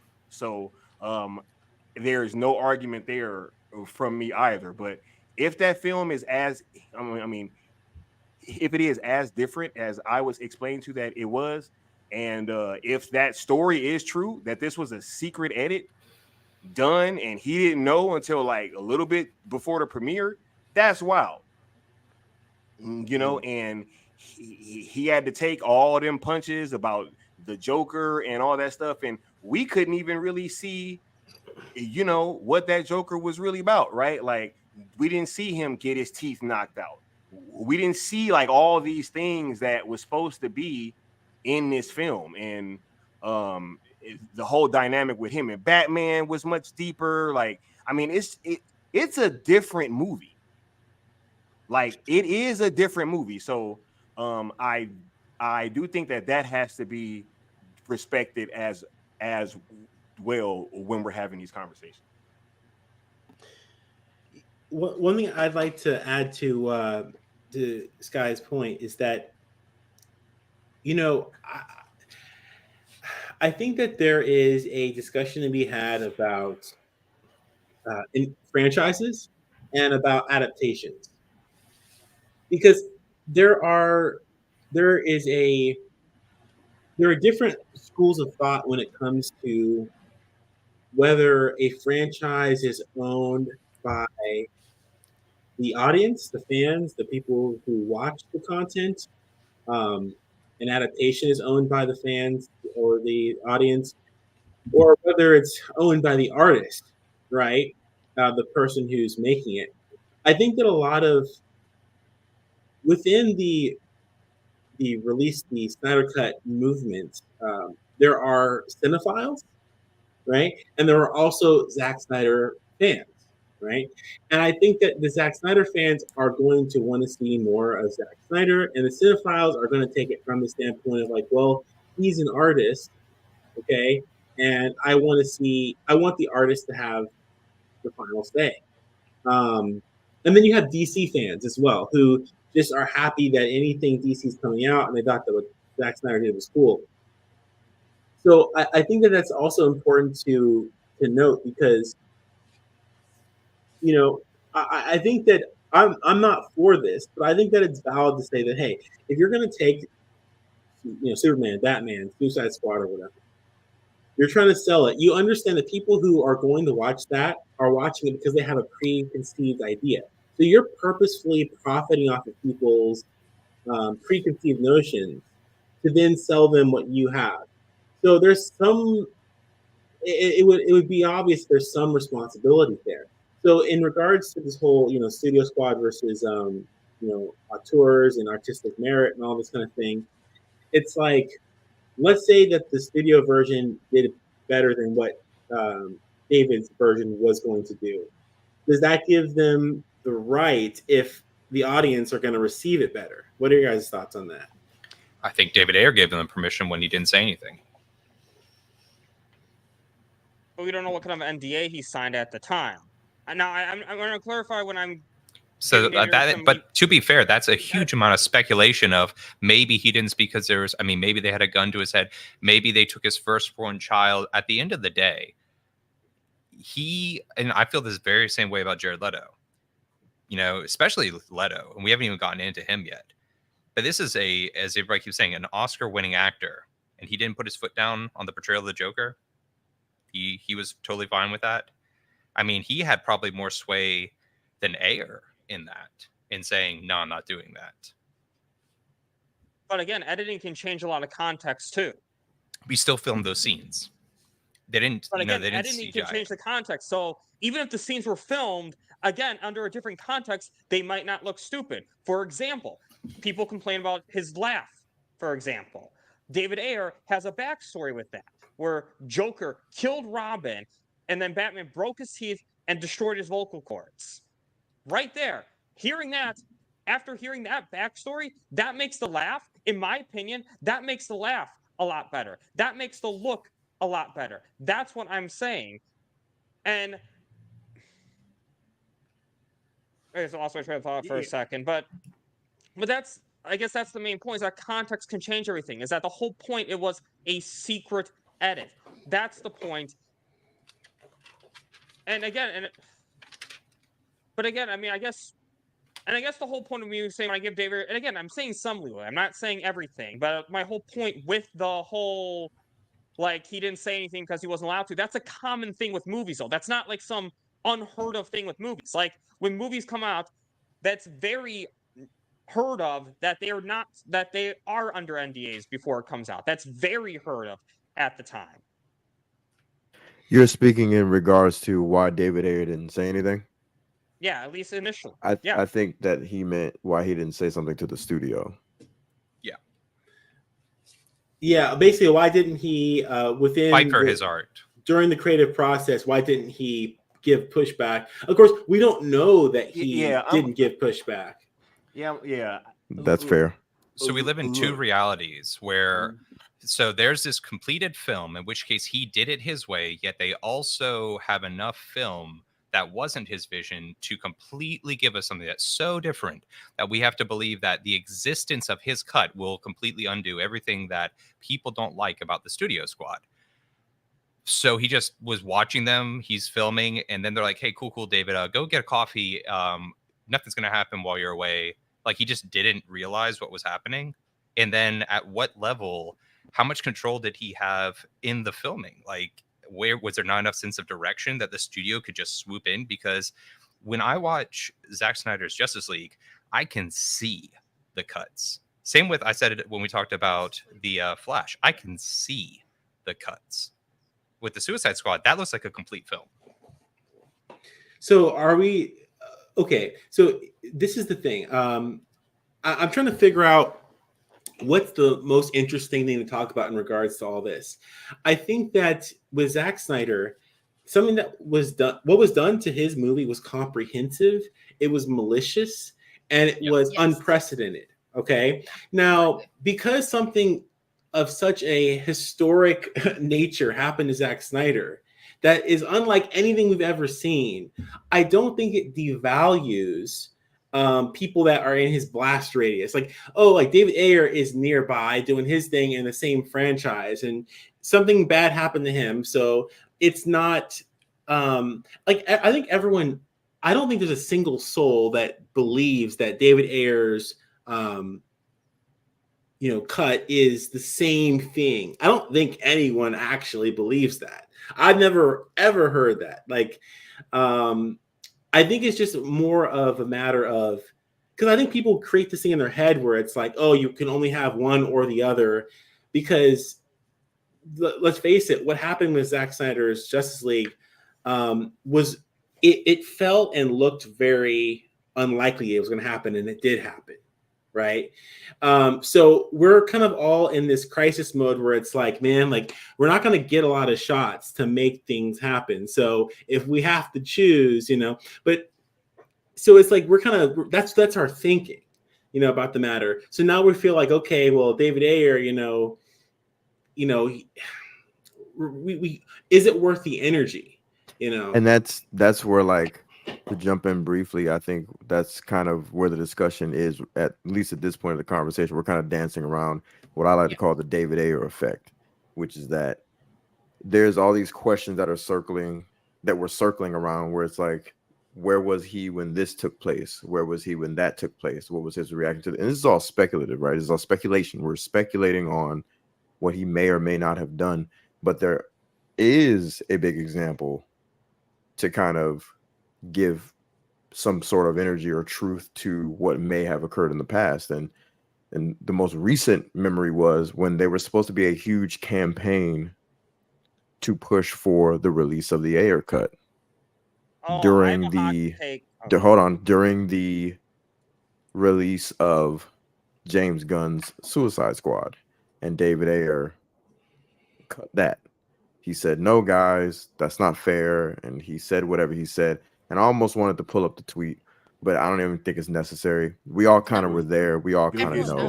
That was the biggest mistake he ever made in this entire thing.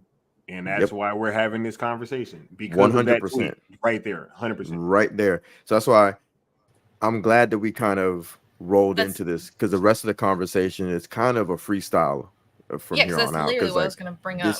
This is kind of, it's not necessarily ground zero, but it's a huge point, because it's like, dude, the reason we're speculating about what his actions could not have been is because of what we've seen of his activities online, where he kind of doesn't really have a leash.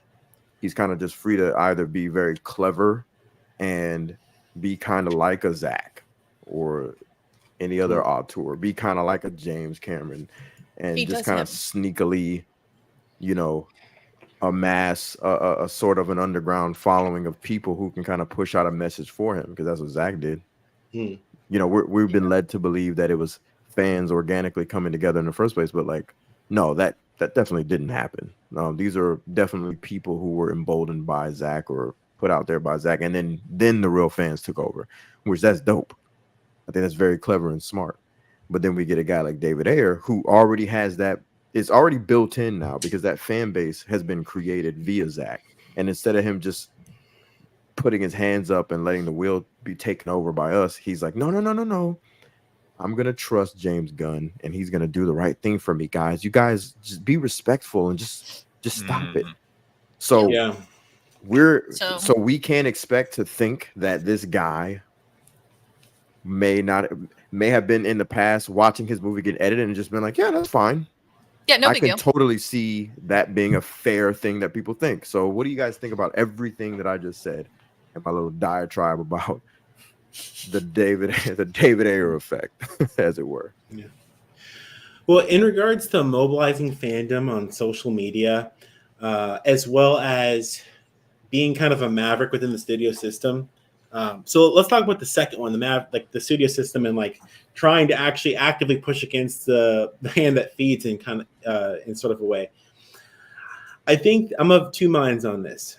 I think that an artist who's serious about his craft is naturally going to give some pushback, and is naturally going to fight for his vision. On the other hand, I think that the atmosphere that we're in right now is so hostile to people who want to create their own visions, especially within a franchise IP kind of situation, that you have to be extremely disagreeable and very staunch about your belief to do that. And I don't think that necessarily means that you aren't creative, that you don't have an artistic side to you, or that your vision shouldn't get seen. But in this mounting amount of pressure, is it reasonable for us to believe that the kinds of art that we want to see come out will come out? Like, they're so dissuaded from doing it. It's like, yeah, I guess the directors do have to help us, but like, what can we do to help the directors is what I would ask. Look, I think that David Ayer was getting a lot of help. I think he was getting a tremendous amount of help from the fan base. And like I said earlier, I do think that, him putting that tweet out and kind of calling off the dogs was his cardinal sin, so to speak. But, I've kind of had this conversation with Leon in the past. I think that with him being like a veteran and like a former military guy, I kind of know people like him. He's a, he's a follow orders kind of guy. Right. And it doesn't matter who is in charge. If they are if they're his superior, he may give pushback. And I'm pretty sure he gave pushback. And I'm not going to sit here and act like he didn't. But at the same time, I do think that at the end of the day, he was always going to fall in line with what they wanted him to do eventually, which is cave and call off the dogs, right? So on one hand, I kind of understand where his mind was at. Probably he's a real chain of command guy, in my opinion. But at the same time, you do have to be incredibly selfish in these situations, and you can't do something like that. And I said it back then, and I'll say it now. That is why we're having these types of conversations now. Zack never did anything like that. If anything, he only emboldened his fans to keep pushing. He never kind of conceded in that way. And so, even though I do want to see this film genuinely, and I think that we should see it, at the same time, I can totally understand anybody that has these questions, because David Ayer brought this upon himself when he put that tweet out. Well, but right before you, Dan, I promise I just have to push back real quick. I apologize. I'm going to be selfish. So in this day and age, who aside from Zack Snyder is going to do that? Like, I guess the point that I'm trying to make, what I'm trying to get at here is that, is there anything that we can do to help the situation? Because literally, Zack is the only one who's ever going to get a Snyder cut, because Zack is the only one who is as ambitious, as selfish, as self-assured, as staunch, as artistically assured and driven as he is. He's the only one, Mike, who will do that. Denis Villeneuve did. Also, and I want to hear your thoughts, Andy, but before you go any further, I just want to say that sounds like the fault of David Ayer. You're naming things. These are attributes of a person. This isn't this isn't. We didn't give this to Zack. Zack had these things. That's why I use him as an example to say this is the way through. Because if I'm in the same position, I'm doing the same things that Zack did. I know for a the- fact I would, if but the that's just how I'm environment- built. If the environment wasn't as toxic, as bad as it is now, then people slightly less self-assured and selfish and whatnot would be more likely to do it. And as the environment gets worse and worse and worse, maybe even one day Zach won't have a Snyder cut. You know what I'm trying to say? So what I'm trying to say is that I get what you're saying, but here's the thing, right? If he didn't do what he did when it came to the trending event, we wouldn't be having this conversation, right? I would be totally on the side of he is just a guy trying to operate within the system, and the system keeps screwing him. That sucks. But then I see what he did to the fans. He didn't have to stand in the way of us. He didn't have to do that at all. That makes it different. That's why we're here. That's why we're here. Andy, what are your thoughts? I just want to say, I know Bat Dan was about to say something. I want to hear what he had to say because I apologize. Oh yeah, my fault. Yeah, you're right. Bat Dan, what you got, brother? Okay, so I'm gonna be honest. I have some hot takes with this. And remember how I said earlier, how I said one party's guilt does not equal another party's innocence. That's gonna apply a lot to what I'm gonna say because I want to make it clear. I do not think David Ayer should have moved the trending event. I do not think he should have called off the dogs. I firmly believe that was a mistake on David Ayer.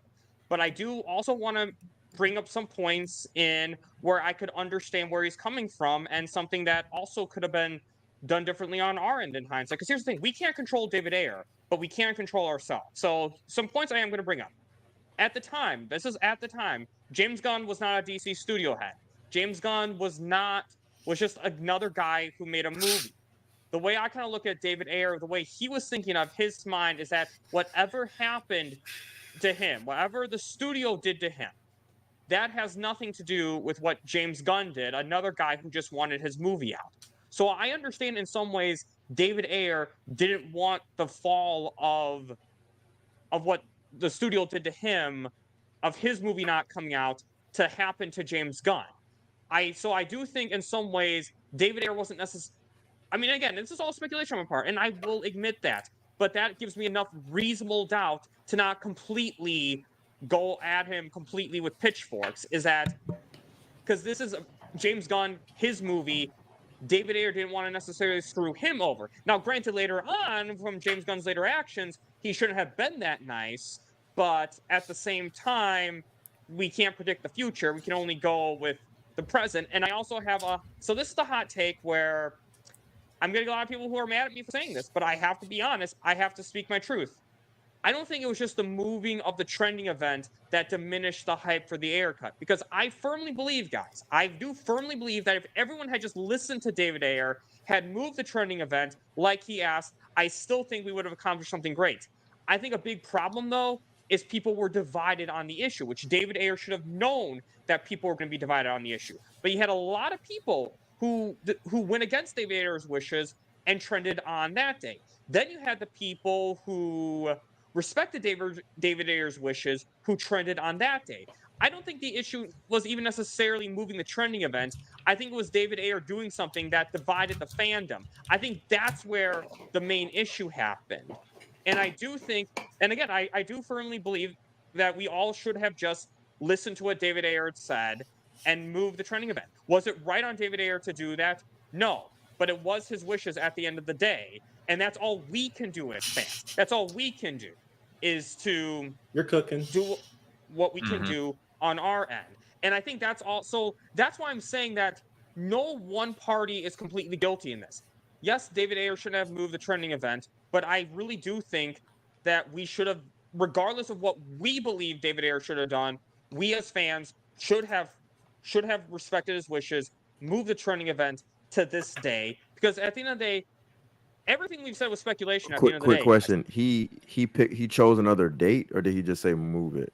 I don't even remember him saying move it. I just remember him saying halt. That it was a different date.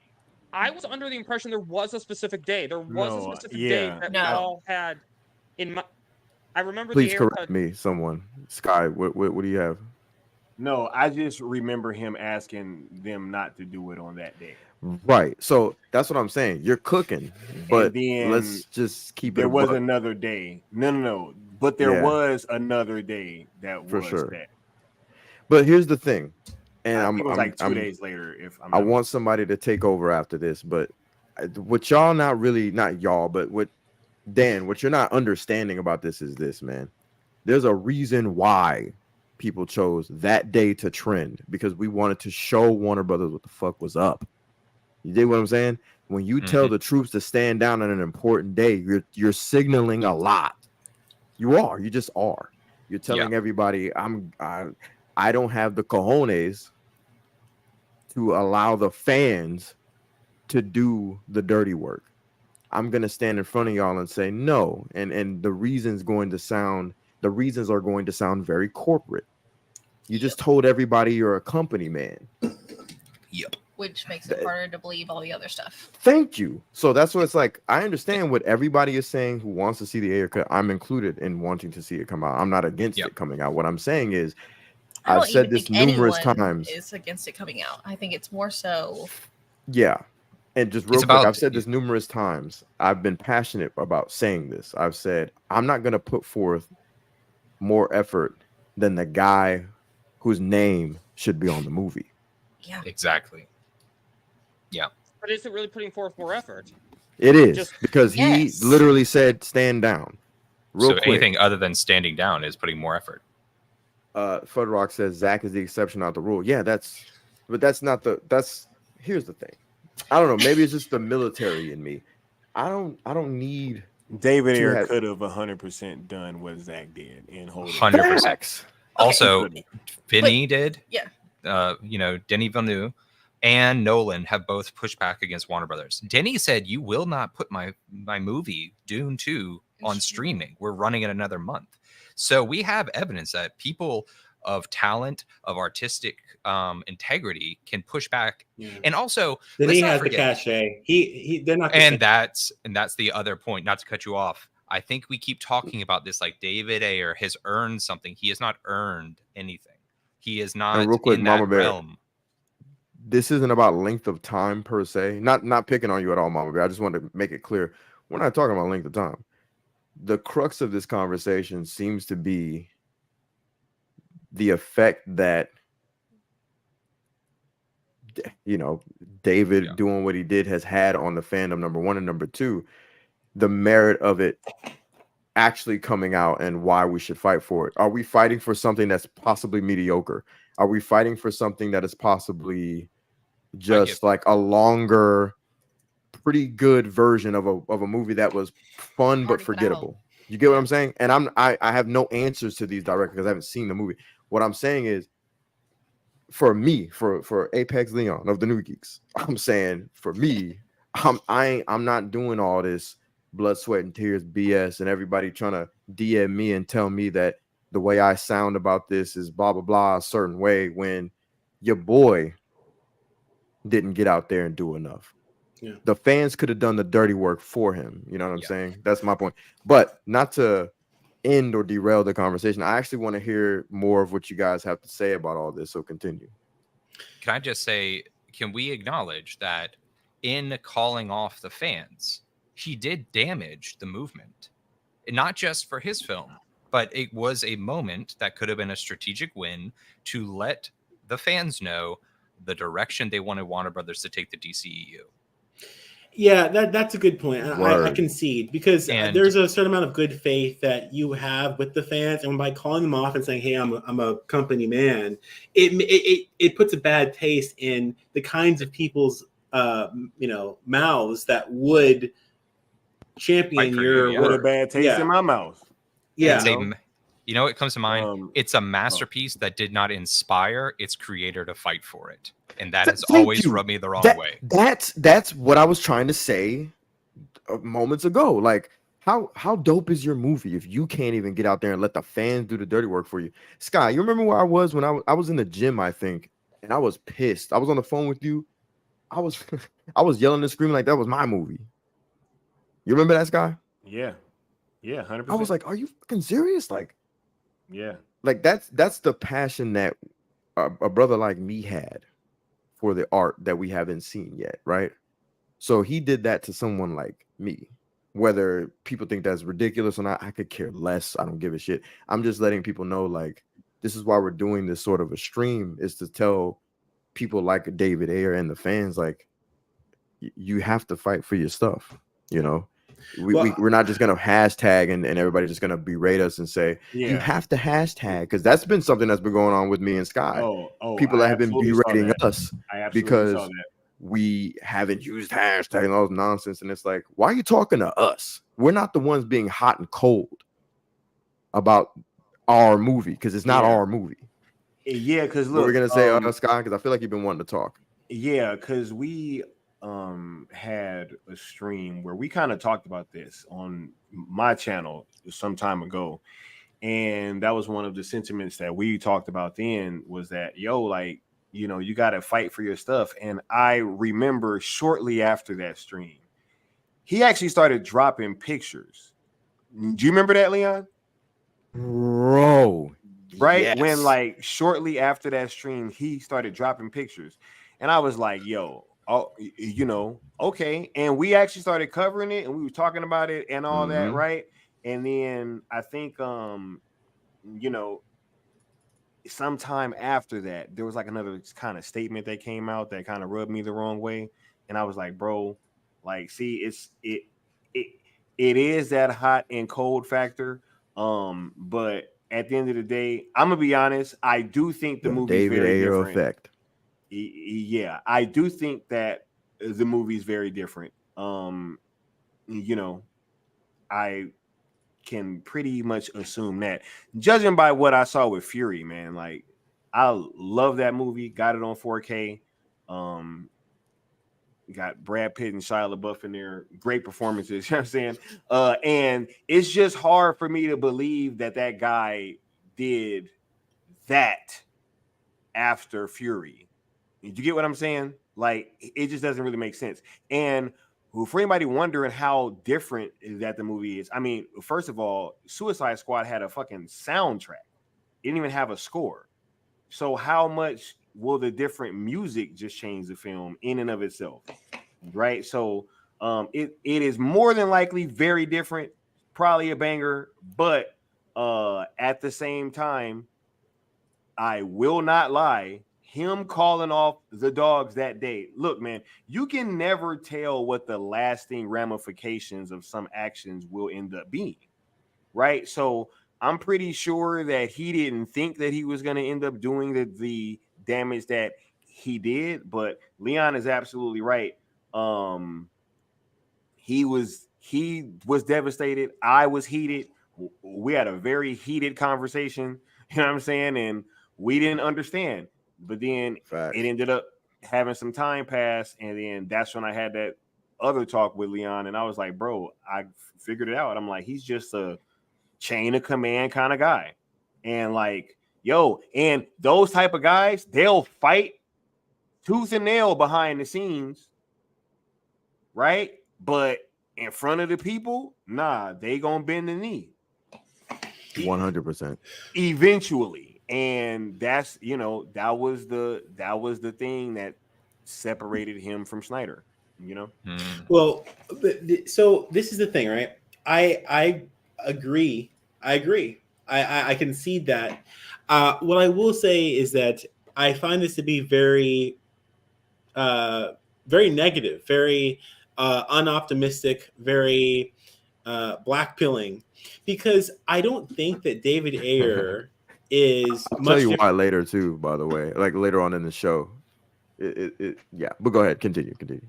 Yeah, I mean, because the question is like, what now? And I'm not totally concerned only just about David Ayer's movie, but I just feel kind of like, okay, this is gonna keep on happening, right? Where directors are going to be under immense pressure from powers that be, the media. I mean, look at Kevin Costner and Francis Ford Coppola right now, just getting reamed, okay? Because and they're putting their money and their livelihoods on the line, and they're not going to. I mean, Kevin Costner is at film festivals like breaking into tears, you know. It's like, okay, you know, I'm truly happy that those kinds of people are getting their work out. But I know that there are artists out there that just can't risk their own livelihoods or the livelihoods of people who work for them, right? to let their art be out. So what we're basically kind of saying here is we're conceding and we're saying, hey, you know, the studio, we have to let them have it because, you know, that's just how it is, you know, like it's just the system. You got to work within it. It's like, it's not that it's not true, but it's just very blackpilling. It's very depressing. I can see that. Yeah. Yeah.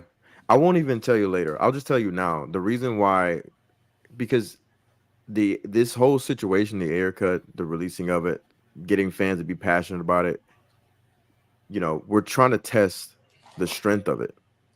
This has to be tested. I'm all for it, but we have to talk about the ugly ins and outs of it all and why, as of right now, there really isn't really much movement behind it. No one's really talking about it. People are talking about something that people keep saying is never going to happen and no one wants it. And probably even though Scott Stewart talked about it, it's been mentioned by Forbes. It's been in articles several times. And that's sell Snyder versus Netflix, sells ESJO to Netflix. Like that's being talked about more and more than the Ayer Cut that's allegedly finished, right? So it's like, it's just an interesting thing that, and I think a lot of the reason why is because of the fact that the director himself, if I can stop beating him up about that time that he got in front of us, right? I'll say this.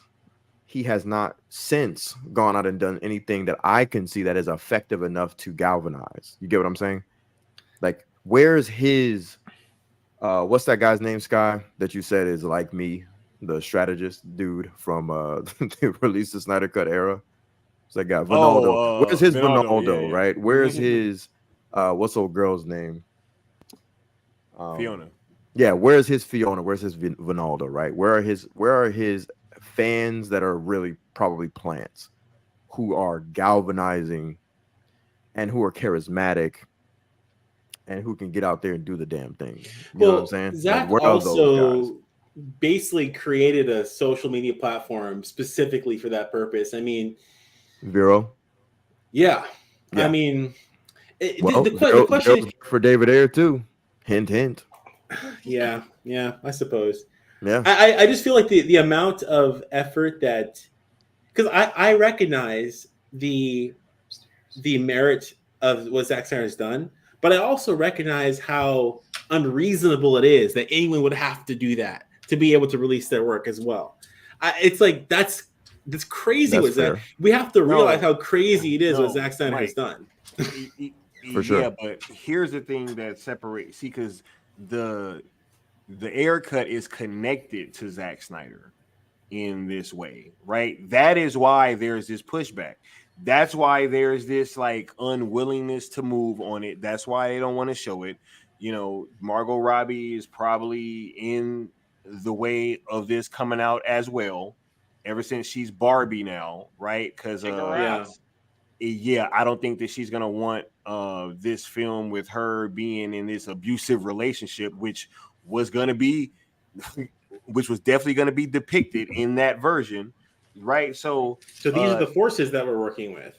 Yeah, so there's a lot of things that is going up against this film coming out, and so that's why I think that you're seeing all of this pushback.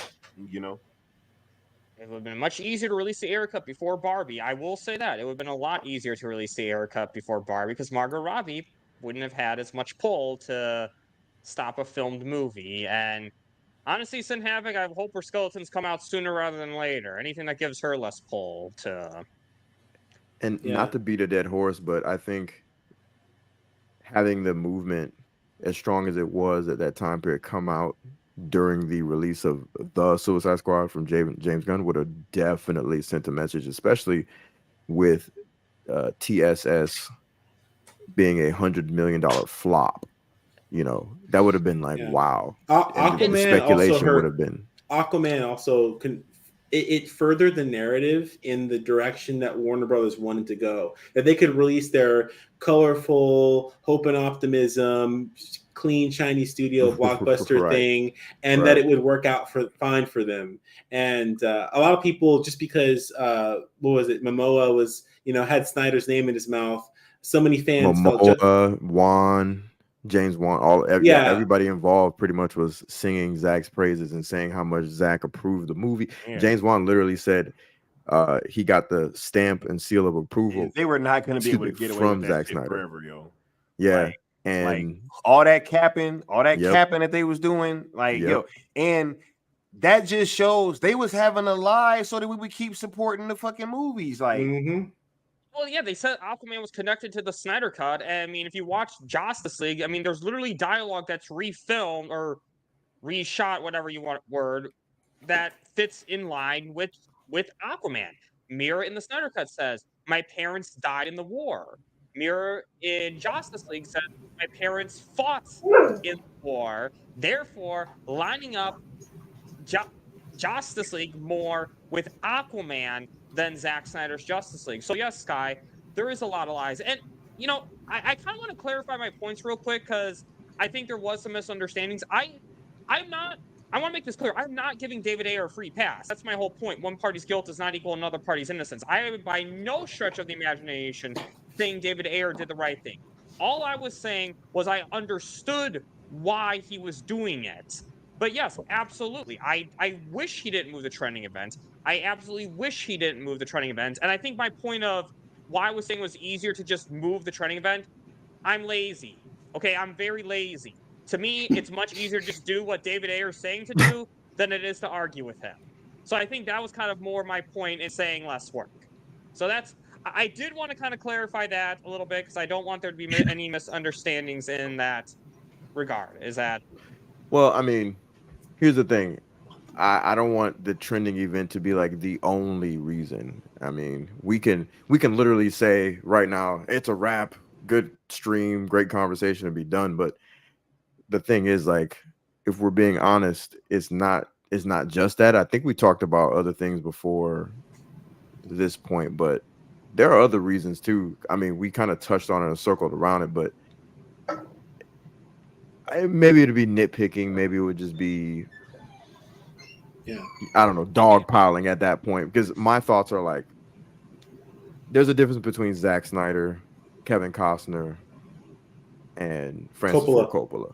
Like, let's be completely freaking honest here. Like, those guys going out on a limb and asking for something is completely different than an Ayer. And maybe he knows that about himself as well. Maybe he's not high on his own work. You know what I'm saying? I don't know. I'm just... He's insecure. He doesn't think like, oh, I don't have the clout, so can I push for this? You know, and you know, will it work out, or will I get blacklisted and then I'll have no fans behind me to give me a safety net? That, and maybe whatever he has that's hidden, that's not been shown, isn't up to snuff. If as we think it is, I don't know. If fans came out and not only was it a commercial success, but fans loved it, do you think he'd be out here saying, "I have a cut"? Say that one more time. If the fans had loved it, if there wasn't the pushback from fans being like, "Yo, what was this?" And it was not just a commercial success, but also like just deeply popular with fans. Do you think he'd be out saying, "I have a cut," or do you think he'd just be quiet, like, "Yeah, we made a great movie"? Oh, I think he absolutely would say we made a great movie, because why would he want to push on something that fans love? He can be upset that his art was tainted, but at the end of the day, if people loved what was happening, I think it's a lot harder to justify asking for a cut. Let's just be honest here. Just like if Justice League was a success, we wouldn't be pushing for the Snyder Cut, a lot of us. If there was no pushback from fans for Justice League, it's the same type of thing. I mean, yes, absolutely. Reception is going to motivate people to want to see the director's cuts, because also that justified David Ayer's thought that they shouldn't have done this to his movie. Is the fan negative reaction that justifies in David Ayer's head the studio made the wrong call?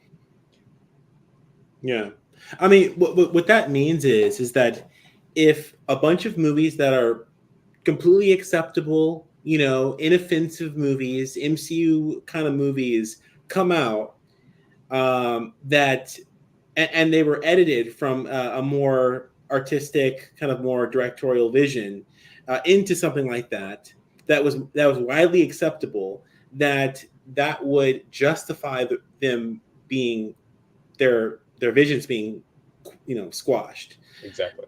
And I mean, yeah, the pragmatic answer to that is yes, but I'm not gonna do that. Yeah, I mean, here's the thing though, too. Like, I don't know because that's like saying that kind of sounds like saying that that they were right for removing the 30 minutes from BVS theatrically, right?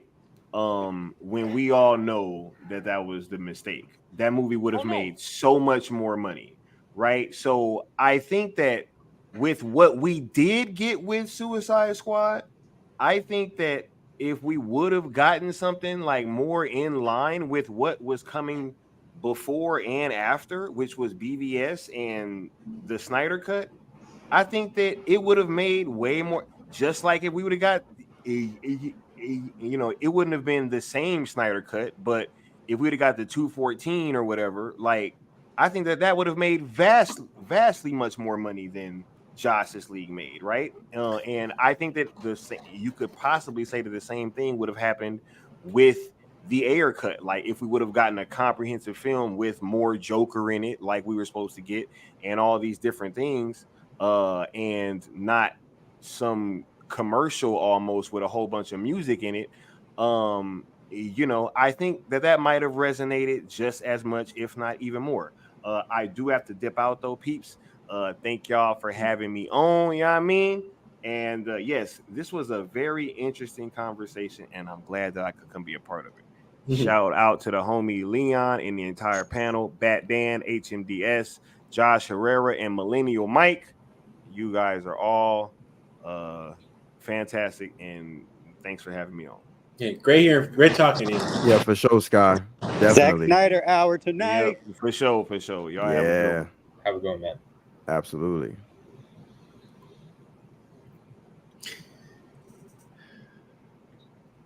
I'm kind of cynical about the idea that releasing a director's cut is going to make you more money. Honestly, this is my feelings about it. I've become completely resolved in the belief, the understanding, and the acceptance that I am going to probably be the minority when it comes to my tastes in regards to pop culture stuff, general audience stuff. I like things to be artistic, esoteric, deep, and inaccessible. That's what I like. So people aren't going to at large like what I like. But I think that I would prefer if the studios took more chances on that kind of stuff, took a loss, but still made movies that justified their existence. Okay, you could make more money, but you could still be successful and have a more artistic product. I think that's kind of the argument that I would like to make. I don't want to promise people that the artistic version is always going to make more money. I just think you just need to justify your existence. I feel fairly strongly the same. I agree with that on an enormous level. And I think that's my point is, it will be nice for David Ayer to get a film. If it comes out, I look forward to seeing it, his cut. I don't know, and this is going to piss people off, but I don't know if the Suicide Squad in general justifies its existence. And I don't think I saw anything that you're like, oh, well, his will be better. I'm like, still, I feel it completely derailed what was actually a very interesting universe. It was stylistically different. And I almost look at it as what were they thinking? And people will say, oh, well, it was planned for. Well, sometimes plans are ill-conceived. You look at this thing going back to Nolan's Dark Knight trilogy. The success of that spins off Nolan writing Man of Steel, which I absolutely love. Snyder comes in and makes that Batman versus Superman. And this is where I offer maybe a different take. Perhaps David Ayer comes in, realizes he's in something that's not gaining the critical reception that, the Dark Knight trilogy was.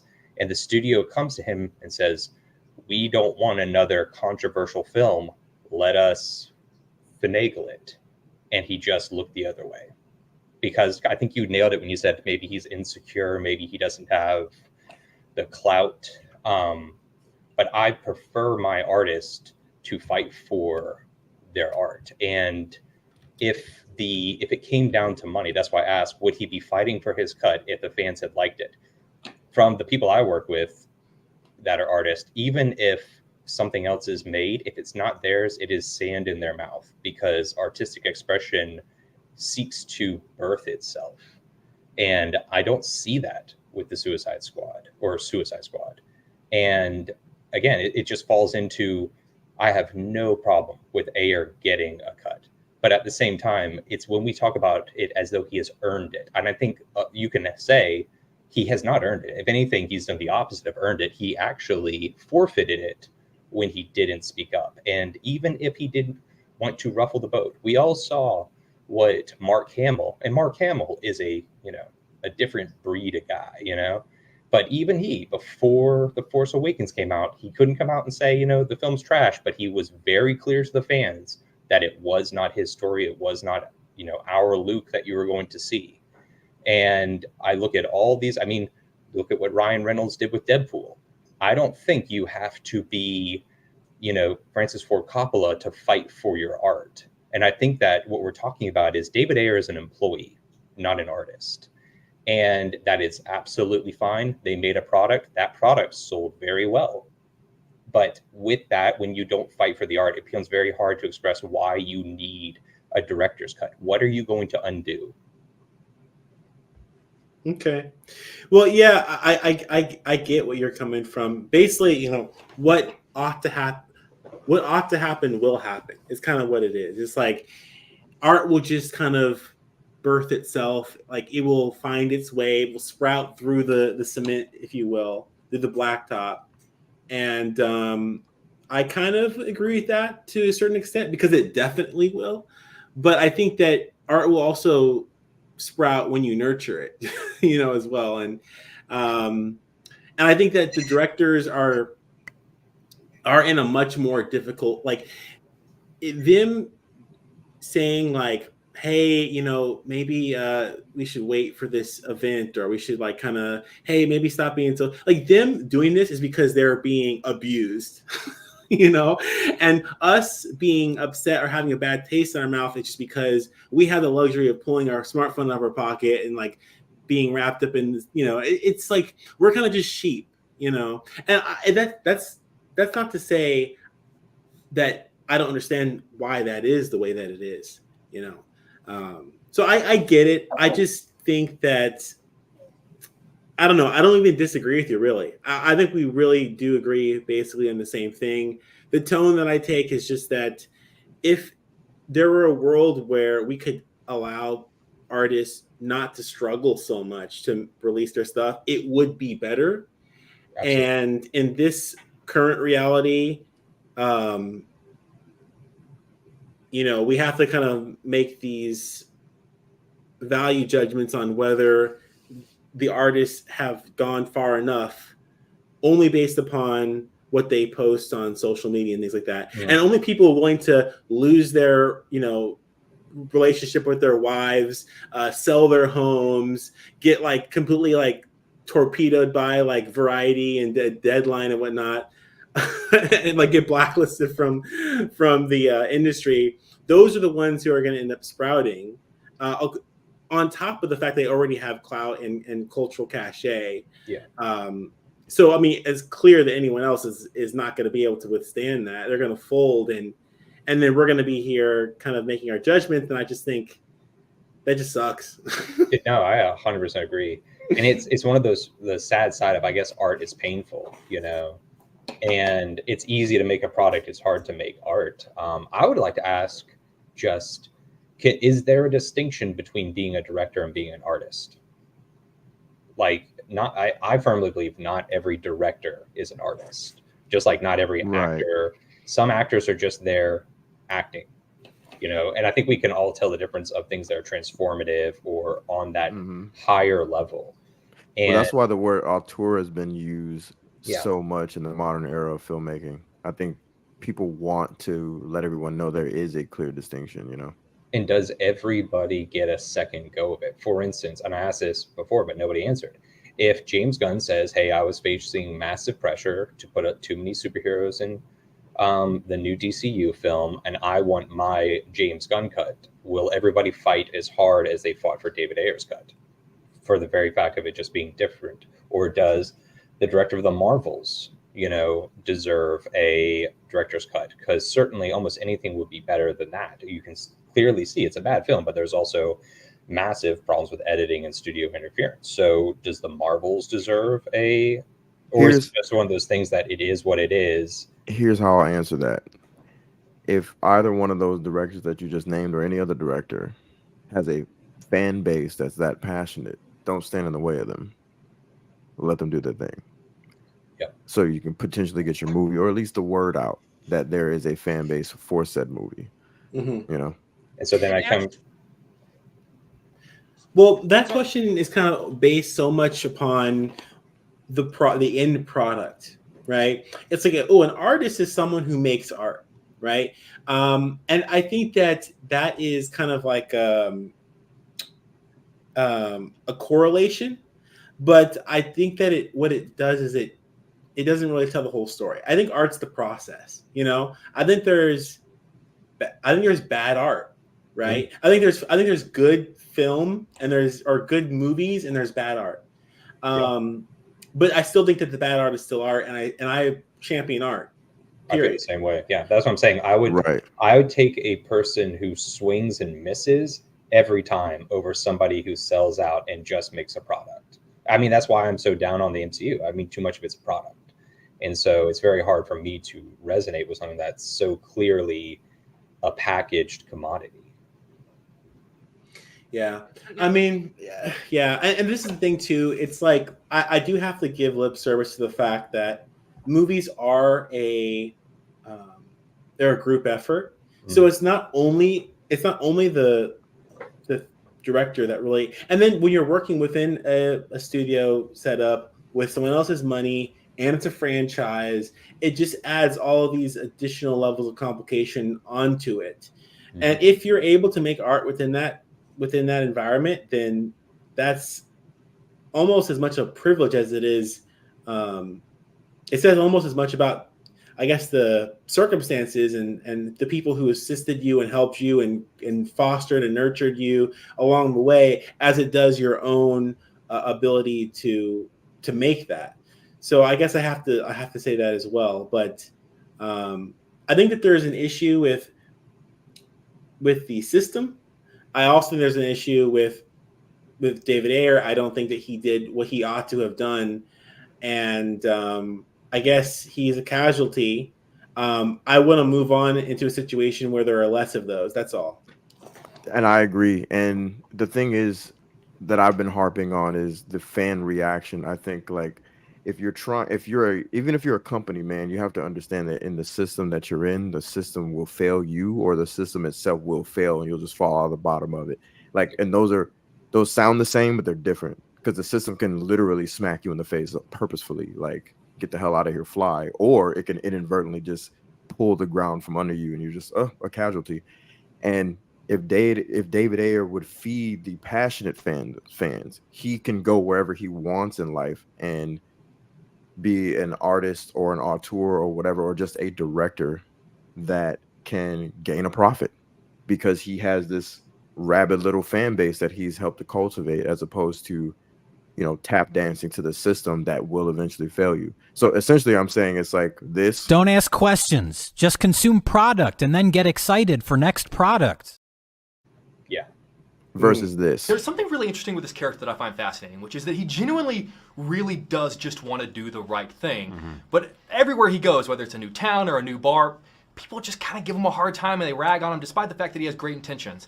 I'm curious if that's comparable to this sort of world, this culture of toxic fandom, where, like, if you make a movie, especially if you make a superhero movie, you have great intentions, but there are always going to be a small yet vocal group of people there can kind of just be toxic. I understand what you're saying, but when it comes to fans, it is a fan's right to have whatever opinion they want to have. And people are going to be upset because, especially when you're talking about books or games, because you're never going to be the exact person who they had in their head or who they played on Witcher 3, for example. I don't necessarily consider that toxic. I just consider that passionate. Perfectly said. This is why, no matter what, because Henry he's played the company man too, but we still have his back because of moments like this. Even though he was trying to make it work, though, he was, from the beginning, as soon as they started messing with The Witcher, he was very transparent with the fans that it was going to, in season 2, be a refocus, and that he was trying to find his way to make it work as they, overemphasized Yennefer's story and Ciri's story in the second season. So even that, he tried to make it work, but I felt there was a great amount of integrity and never losing sight of who would be receiving The Witcher. Well, to be more specific with what I was saying, I meant during the Justice League fiasco. Like there were all these rumors that he was playing company man, and it's like he still, even with that, still went out there and chummed it up with Zack and let the fans know outwardly quite often, even before that particular interview, that he loves the fans and he's passionate about the fans and he respects the fans' passion. So, well, yeah. I do want to say that I concede on this aspect that you were mentioning earlier, whether, like, let's say James Gunn or was it Nia DaCosta, the Marvels, or any of them, like, hey, I want my vision and whatnot, if that would be just as valid, right? And I think that this is kind of a spot where I kind of break my principles, because I have a strong intuition that, well, first and foremost, this is like one of those theoreticals where it's so incredibly unlikely that it's almost unconscionable to even try to bring up, But let's just say it did happen. Then yeah, I think in principle it should be fostered and it should be fought for. Even James Gunn, who I don't care for, I don't really hate him personally like that. I think he's kind of pathetic, and he was trying to self-insert, and he's I just don't like him. I think he's kind of a loser, but I don't really hate him or anything like that. Some people, like, they right. They want to, like, cancel him. Like, listen, like, come on, I'm not about that. Like you're just saying, it's like the same area of passion that love is, hate is, and it's like, why would I have those equal point? Like, no, like it's not that deep. Yeah, I feel you. And actually, hold my DualShock, I wanted to answer your question about James Gunn wanting a director's cut. In some ways, I would be all for James Gunn getting his director's cut out, but not for the reasons that would be out there, because I don't have faith in James Gunn, and I would love to see him hype up his director's cut just to see it fail. Okay, you're cooking. No, and I gotta say, that might be the most powerful point of the night, dude, because that's what art's supposed to do. No, I'm serious. Like, not even a joke. Like, your art should go out there and compete. Like you were saying earlier, there's good art, there's bad art, there's good movies. I think we all want to see more art, but studios are risk adverse. They are always going to balance what could be done with what they think should be done, and towing the company line. And I mean, I feel the exact same way about Gunn. I think he's incredibly overhyped. I think the hype around him is completely manufactured, and I've seen, but again, and like that's why I brought up like the Marvels. I've seen nothing from them that makes me think that another go of it would create art. It would just be another product. And I think the general idea to launch the Marvels was a product. And I'm not interested in watching products. I think that goes back to the difference, like you were bringing up, between, what is television versus what is cinema. And right, all those greats you listed, those are cinema directors. I am not sure that David Ayer is a cinema director, because The Watch or End of Watch, I deeply enjoy it. I can actually see that working as a miniseries. Well, so tiny pushback. I don't necessarily think that part of art is to compete. I think that art can stand alone. It doesn't need to compete. It doesn't need to I don't mean compete like that. I mean, as far as when you create anything, it has to stand up to criticism. That's why we make art. That's why people create things. And there's no realm where you get to make something and have people not express how they feel about it. And I think that that's my complaint is I don't want, so it's almost like this fandom has been split between, like what Leon perfectly pulled up, of people consuming product, enjoy it, shut up, be a pleb. We're so lucky if we don't support it, they'll stop making it. And it just turns into this goop that has no meaning, no value, and leaves us all lesser because we indulge in it. And it becomes something that robs us of time versus gives us an experience. And then you have people who speak and say, no, I want to buck that trend. As long as, and so that is the quote unquote toxic fandom, was people that said, hey, I don't see the value of the Acolyte. I think it's terrible, and having the right to have that opinion. But I don't want people who are more discerning to fall in this trap of not being able to discern between art and product. And all of a sudden it's like, well, because I want this guy to get a cut, I'll make an exception and everybody's deserving of a cut. And so now every film is, you get one for the studio and then you get one. And then being realistic of directors, let's not pretend like there isn't a meritocracy. Let's not pretend that there isn't levels to the competency of filmmaking. Well, this is the thing, right? If we have to decide let's just say you had a button and you could decide everything that got a cut based upon if you thought that the director was an artist and that the thing that they were going to release would probably be art if it were released, right? Mm-hmm.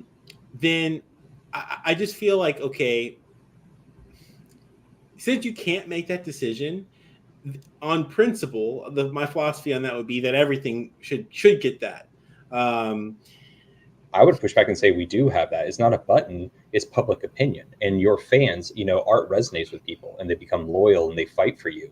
And if you don't have enough of a fan base to fight for you, I mean, again, to someone, the worst film ever is probably art. There's somebody who that's their favorite film, but that's not a substantial enough group of people to justify fighting for it. And then what we're talking about here is something's released that people don't like, right? You already have a precedent for this person before they made the movie. Like, oh, I like this guy's making a movie.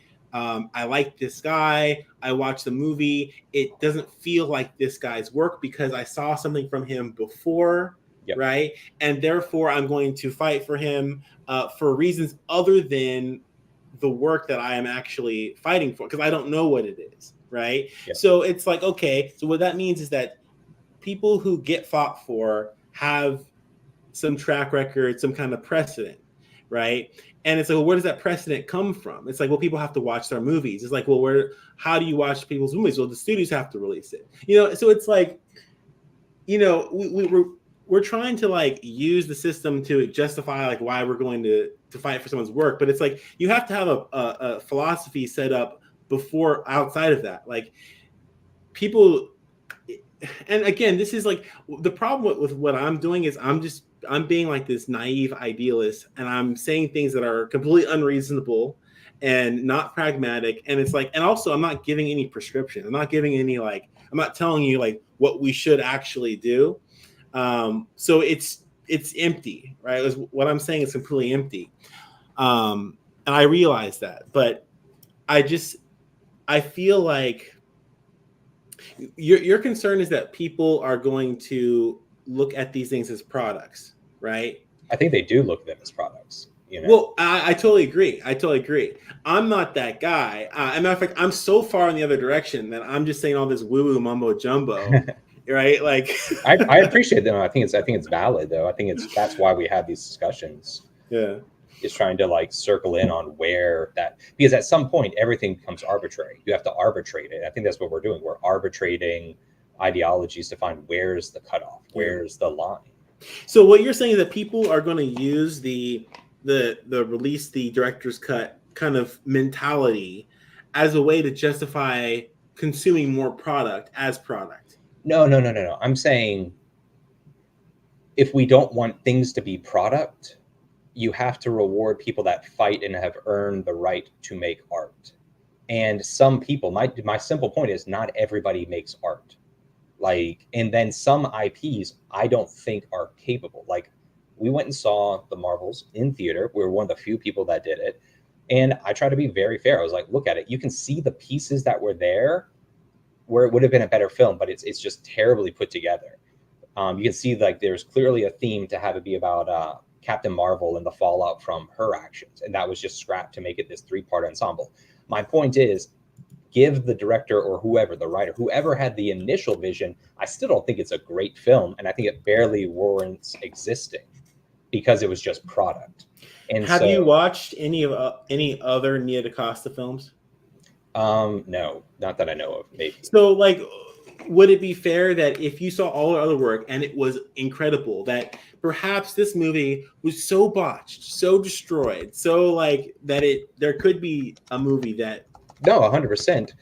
But nobody was saying that. You know what I'm saying? And you look at the work she's done. So like Candyman, I have seen Candyman. But again, it's kind of the same way I feel about James Wan. You know, it's a huge departure from what they're known for. And I kind of wonder if that's the problem with David Ayer. Maybe that's where the insecurity came from, because whatever version of Suicide Squad came out is nothing like he's ever proven.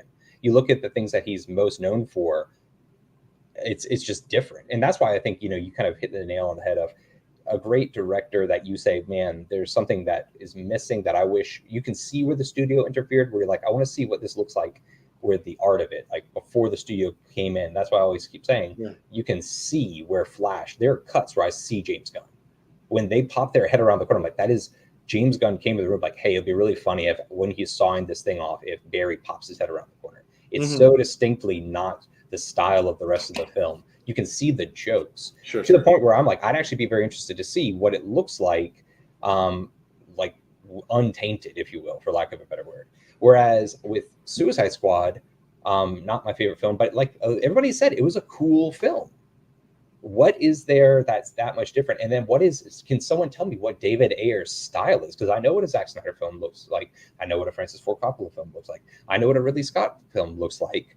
I don't know what a David Ayer film, what makes it quintessentially David Ayer, and what was missing from, again, if I say, you know, I always say my example is I love Wes Anderson. I don't want to see Wes Anderson make a Marvel film. It doesn't compute. It doesn't translate. He would be horribly cast, and him flexing his artistic style would probably not work.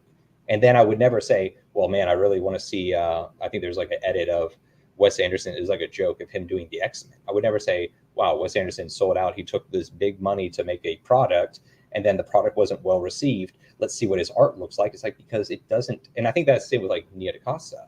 Does it even translate into why are you taking this role, you know, or taking this position? Yeah, well, in this, I mean, I was playing devil's advocate there, but yeah. No, but I think it's a good point. It's like, does it translate?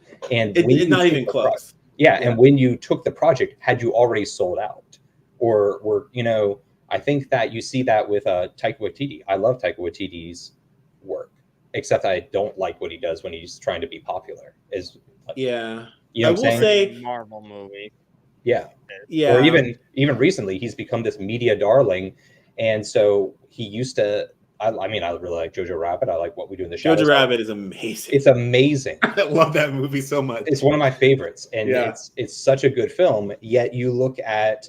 I just watched the Time Bandits, and I see it's less than the original, and I see Taika trying to be Taika and letting everybody know, look at me, I'm this new age darling with this distinct style, but there's no room for anything else. He does really want to be like the director's version of Jeff Goldblum. Yes. It's so like, oh my God, like, bro, you think you're cute. I get it. Yeah, I mean, I don't like Taika. I mean, I think that Taika, I probably dislike Taika, like either. His character. I won't say him because we don't know these people. So I just use the term. Yeah, when character. I say same thing. I don't mean like him as a person. I just mean like his character, the image of him. His image, the character his that he plays when he's a director. I dislike him probably more than James Gunn. But Jojo Rabbit, man, I weep I weep during that movie. It is incredible. It's transcendent. It's so It's good. so good. Oh my gosh. I mean, no, and like I've never seen it, but as you guys crazy make me as it kind of is, want to. he's not overselling it. Like that is an It's a masterpiece. Yeah. It's very, very good. It's incredible. Even you think having him play Hitler in it works. Yes.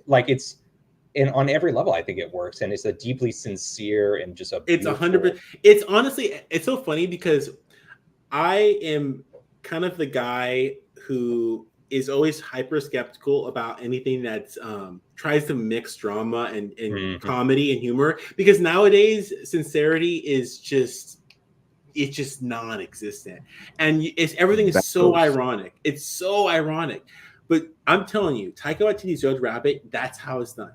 That's how you do it. It is incredible. I mean, it's perfect. He mixed. Is it incredible because of the time we live in, or is it just incredible in any era? I rewatched the movie like 3 or 4 times. I Have you own it on seen- 4K Blu-ray. Wow. This is going to sound so stupid, but have you seen Life is Beautiful? I haven't gotten around to it. I look it know up. of it. Yeah. And it's another World War II thing, and it's deeply sad, infuses a little bit of comedy, but it's about the Holocaust. In a weird way, Jojo Rabbit hits a lot of those same notes, and that's a film that's It's from '97. Yeah. Okay. Or In America. Have you ever seen In America with Digimon? I looked it up too. Oh, right. Digimon. Shout out to Katie. Yeah.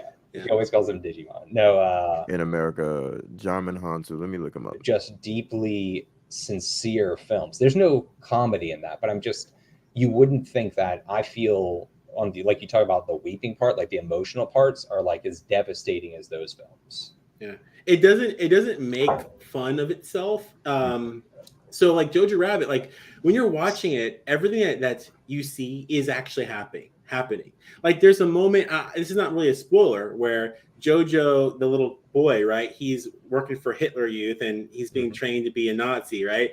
He runs out he grabs a grenade and he's running alongside his little imaginary friend Hitler. He jumps over this log and then he throws this grenade and it hits a tree, bounces back at his feet, and he blows up, right? And it's shot in this very funny way. Like it's because it's just like it's kind of not ironic, but it's like it's funny. Like he throws a grenade, it bounces back at him like a cartoon, and he blows up. But the thing is, his face is scarred. He's like severely impaired. He walks with a limp for the entire movie. Like he actually like crippled himself. You know. So it's not like it wasn't played just for a joke, and it has an impact on the rest of the movie, and it just, I don't know, it's every beat of the movie is thought about. There's a certain amount of care that's put in everything. There's no throwaway things. It's like it might be one of my favorite. I think it might be my favorite Sam Rockwell performances. That year was my movie of the year. That was my movie of the year. It was 2019, I think. That was my favorite. Sam Rockwell was doing his thing for like a few years up until he got the Academy Award too. Yeah. Yeah, Sam Rockwell is that guy. Scarlett Johansson's wonderful in it. Yeah, I might have to watch it now because she's in it. Okay, so to circle back to the Ayer Cut, what do you guys think? So we're gonna give our closing thoughts here, each and every one of us about 3 Billboards is amazing. I'm sorry, I was just hell yeah, it is. Yes. I love that movie. Oh yeah, so good. Yo, that was like, so real quick, that was around the time when like Oscar season was like the time to jot down all the movies you didn't see and then like go buy them, go rent them, and just watch the hell out of them before the awards came out. I'm not even an Oscar guy, but I just always kind of I used to gauge what was going to be the dope movies to watch based on like, oh shit, I forgot these movies came out, and then just kind of jot it down. You can't really do that anymore because movies suck, but mainstream wise, that is.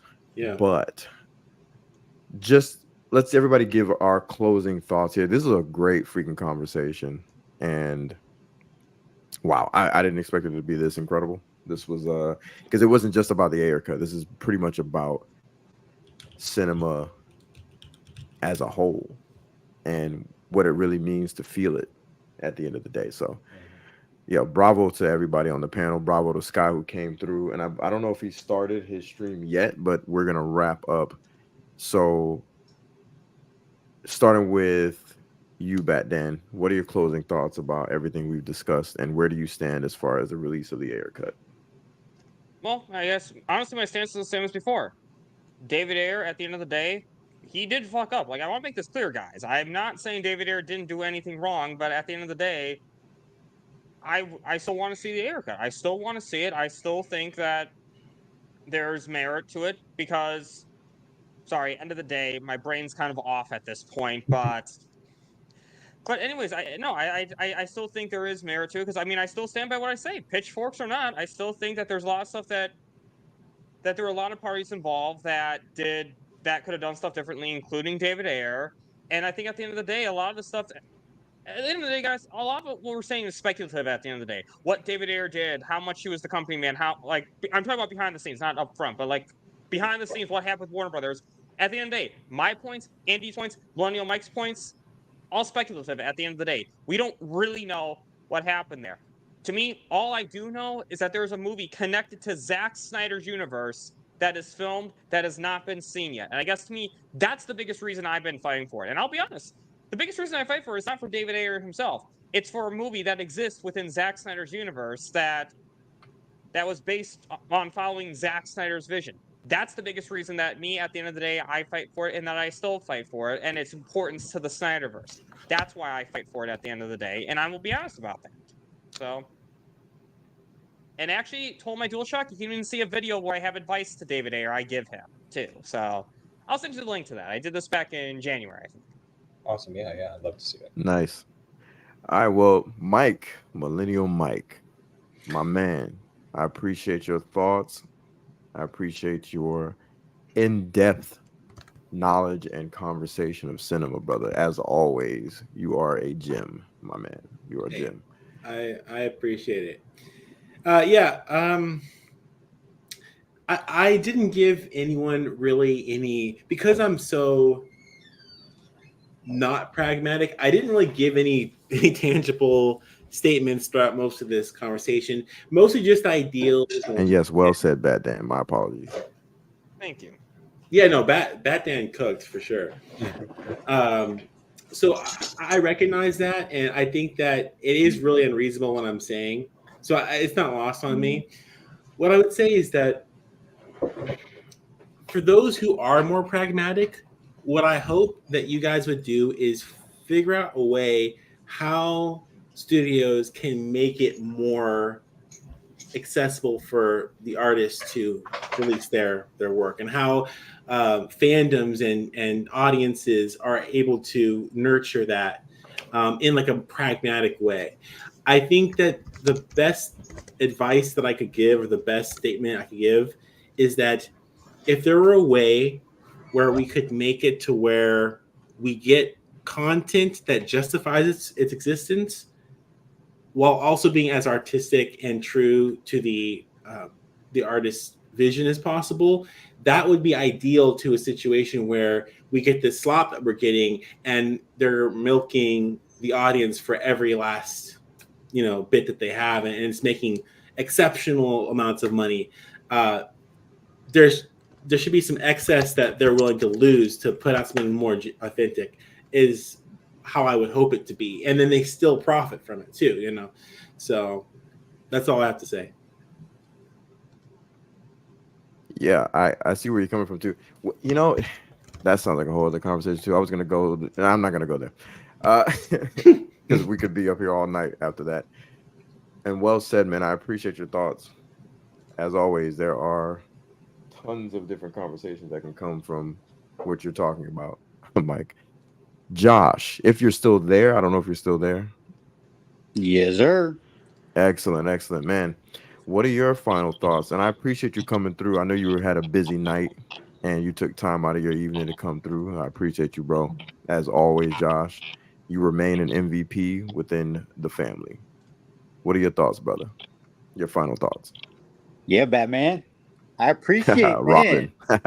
You got the Batcave full tonight. A bunch of professionals, like everyone on here. Like, bravo, everyone on the panel. This was a real good conversation. Shout out to Hold My DualShock. You actually took the conversation where I wanted to go, and y'all. I mean, you guys are always on point. Shout out to what y'all are doing over there. Shout out to the Dualies. You guys are amazing. Like, keep up these conversations. Like Millennial Mike, it's a pleasure to be on the panel with you. Yeah, good meeting you, man. Regular on the platform, and I'm really honored to be on the same panel as you. Great insights. Bat Dan keeping it 100 as always. Shout out to you, homie. I really agree with everyone's sentiments on the panel. Like, I agree with every point that was made. I do think, like, at the end of the day, just like Malbear said, like, Donner Cut did come out eventually. This is a movie with Will Smith, Margot Robbie, Ben Affleck, Viola Davis, Batman, Joker, Harley Quinn. One day it will be released, right? But I understand why people would not. Like, this is not the hill we're going to die on, right? It's going to be Zack more so than David, right? Because we just need that engagement. That's what we're looking for as fans. And I really appreciate you, Leon, having these conversations. I told Sky, shout out to him earlier on the panel. It's important. I see he's going live. So I hope everyone goes over to his channel. And thank you for having me. Hey, man, I appreciate you pulling up. I know these kind of conversations can be kind of tough because, you know, all of us have our social media identities as well. And, you know, me being one of the co-heads of the Cell movement, it's like I should be up here just kind of going, no, guys, release the Ayer Cut. But it's like we have to have the same conversation that we were faced with when we created Cell. Everybody asked us a bunch of questions, and to see the strength of the movement and see that if there's merit. Hell, Millennial Mike put our feet to the fire the other day in a space, and it was great questions. These types of conversations need to be had to make what you want come to fruition. There has to be strength, right? So iron sharpens iron at the end of the day. So, I appreciate you, Josh, coming through to help sharpen said iron.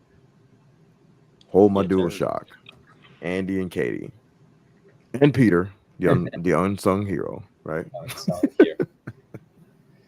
Man, thank you for pulling up, bro. Thank you I knew you were gonna be the villain. Yeah, more or less, right? Totally.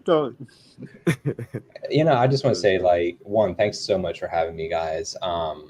Absolutely.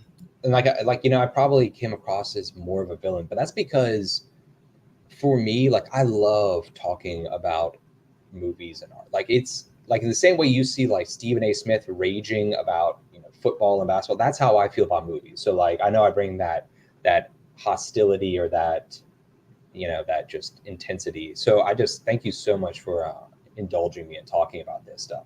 I do want to just clarify, like, you know, while I'm sitting here debating the artistic merits and just, you know, because that's how I view things, is like, you know, I love just arguing about these things. The very fact that like Bat Dan and Josh, that you guys, your passion alone is enough for me to want it to happen. You know, like, I don't want that ever to be mistaken. Like, I always want to see fans rewarded and get the thing they want. So I would always be like, yeah, absolutely, you know, release the Ayer Cut, sell it, whatever y'all think is the best path. But and it was just so nice, you know, getting to talk with y'all again. And it was great meeting you, Millennial Mike. Just thanks for having me, man. Like, this was so much fun. Oh, definitely. Yeah, I haven't streamed in a hot minute, and I was just like, you know, y'all know me. I need a reason to talk about something in depth, and I'm not a content creator in the sense that anytime some news drops, I just go on. I can get bored of that easily. I can panel up with others and do guest stints. That's why I like Hold My DualShock channel, because it doesn't feel like you guys are just talking about news. It feels like a fun ass dope conversation. Can I just say that fresh air? Can I just say that I think that's why I love that we did this tonight, because we know what the other side of fandom looks like, and it's just mindless drones. You can't criticize art, and I love that everybody had a different opinion. I love being challenged on my opinions, and that's becoming the lost thing where it's either you like Snyder or you don't, or you think the studios deserve. And the number of times I see people fighting for the rights of giant billion-dollar corporations, that I find crazy. Right. You know what I'm saying? And 100%. And that's what I think we're all looking and craving to avoid, is like creating a space where we're not an echo chamber.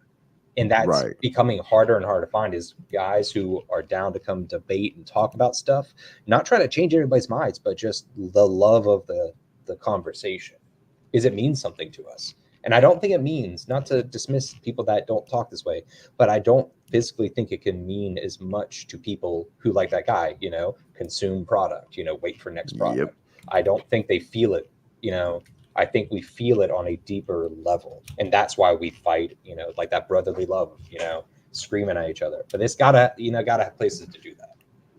And we've been saying that since we've met, Andy. I've been saying the same thing, like that culture of discussing entertainment in this manner, because I'm done with talking about entertainment in like a mundane ass way. Like it's cool to like get with the guys and just shoot the shit every once in a while, but like online it's the same shit. Like this homogenized sort of conversation, like conversation has become homogenized. It's insane. It's like it's mirroring the entertainment that's being fed to us. Yeah. So, and we had talked about rewatching the Suicide Squad, 2016 Suicide Squad, and I've held off because I'd rather do like some watch along with you guys where y'all can point out to me the things that are supposed to be different, because I want to hear y'all's passion, just tell me what I'm missing, We should do a David Ayer filmography watch through. I'd be up for it. That'd be awesome. Yeah.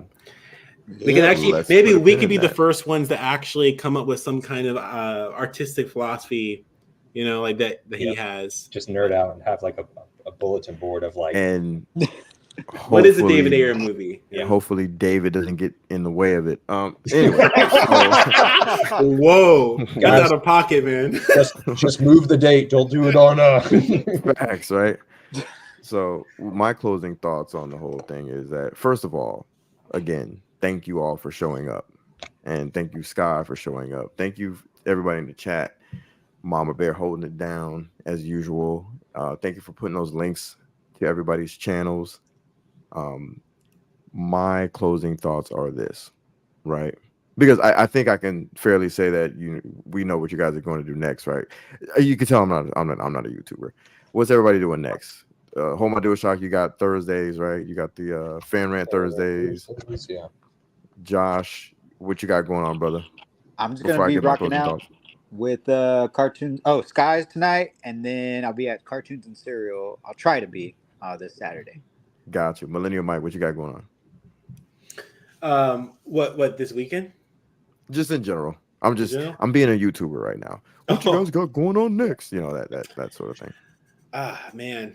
I mean, I've been posting some like little mini. Before I get my final thoughts, by the way, I'm trying to wrap up fast because I'm trying to be a good Syndicate Network guy and go over to Sky in a minute.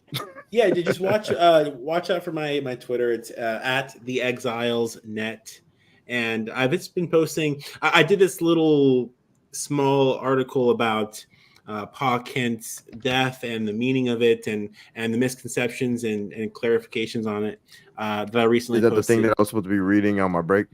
Yes, I'm gonna be reading that right after this, actually. So check that out, and yeah. If you're not following Mike, follow Mike on Twitter. He's got some. He sparks it for me, man. Like as far as this whole conversation goes, I'm like, yes, man. But okay, Dan, what you got going on next? Before I get my final thoughts. I guess the big thing I have going on next is Saturday. If I have certain people available, I do have a Batman Day stream planned for Saturday Saturday evening. Because Batman's birthday, right? Or is it the creation? Is the creation of the birthday? No, his birthday is in February. His creation is. It's always a Saturday though. It's always like the certain Saturday in September is what I've noticed. But it's just Batman Day, right? It's not. It's not his actual creation. I forget. That's true. Just I a regular remember these things. Yeah.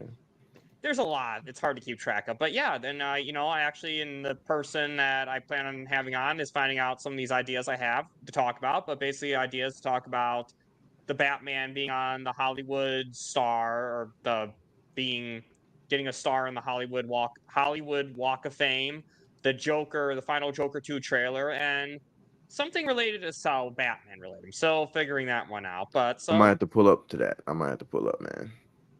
Especially since it's a good. Batman thing. But Love to but have yeah, you. for sure. So my final thoughts are this. You may be surprised, everybody in the panel, everybody who's still watching, and the replay crew, is that it goes back to something that Andy said and something that I've said before too. Is something you pretty much said a lot of what I've said to you behind the scenes, which is that I'm into people who are willing to take the swing even if they miss. And I think I, of course, endorse the hell out of seeing the release of the Ayer Cut simply for that notion alone, because you never know, man. This guy could have swung and missed the hell out of that thing, but it's still a swing, and it's probably a more artistic swing. It could have been a swing that had his signature on it, and his signature got butchered. Now, the reasons why he may or may not have defended and tried to fight against and tried to galvanize fans and et cetera, we've discussed that already. But that aside, as someone who is a lover of cinema and passionate about art and the discussion of it, I'm 100% behind the release of the Ayer Cut. But my question to David Ayer is this, and those that would like to have heard a more peaceful conversation, I have to ask this. Tell your boy to get out there and be just as passionate as we are in terms of fighting for the why of it all. He has to get out there and be that passionate too. And the excuses of the studio this and the studio that and I'm good on that. Be passionate, bro. Figure out a way to galvanize to where you look like the innocent party. So you can throw your hands up and say, hey, I had nothing to do with it. This is just the passionate fans. How about you guys just give the fans what they want? It's my advice to him, but, you know, I'm just some non-YouTuber. What do I know? Anyway, panelists, guys, gals, chat, my new geeks. As always, I appreciate you. And don't forget, When you enter the lair, show some decorum. Hit the like, share, and subscribe to the new Geekz.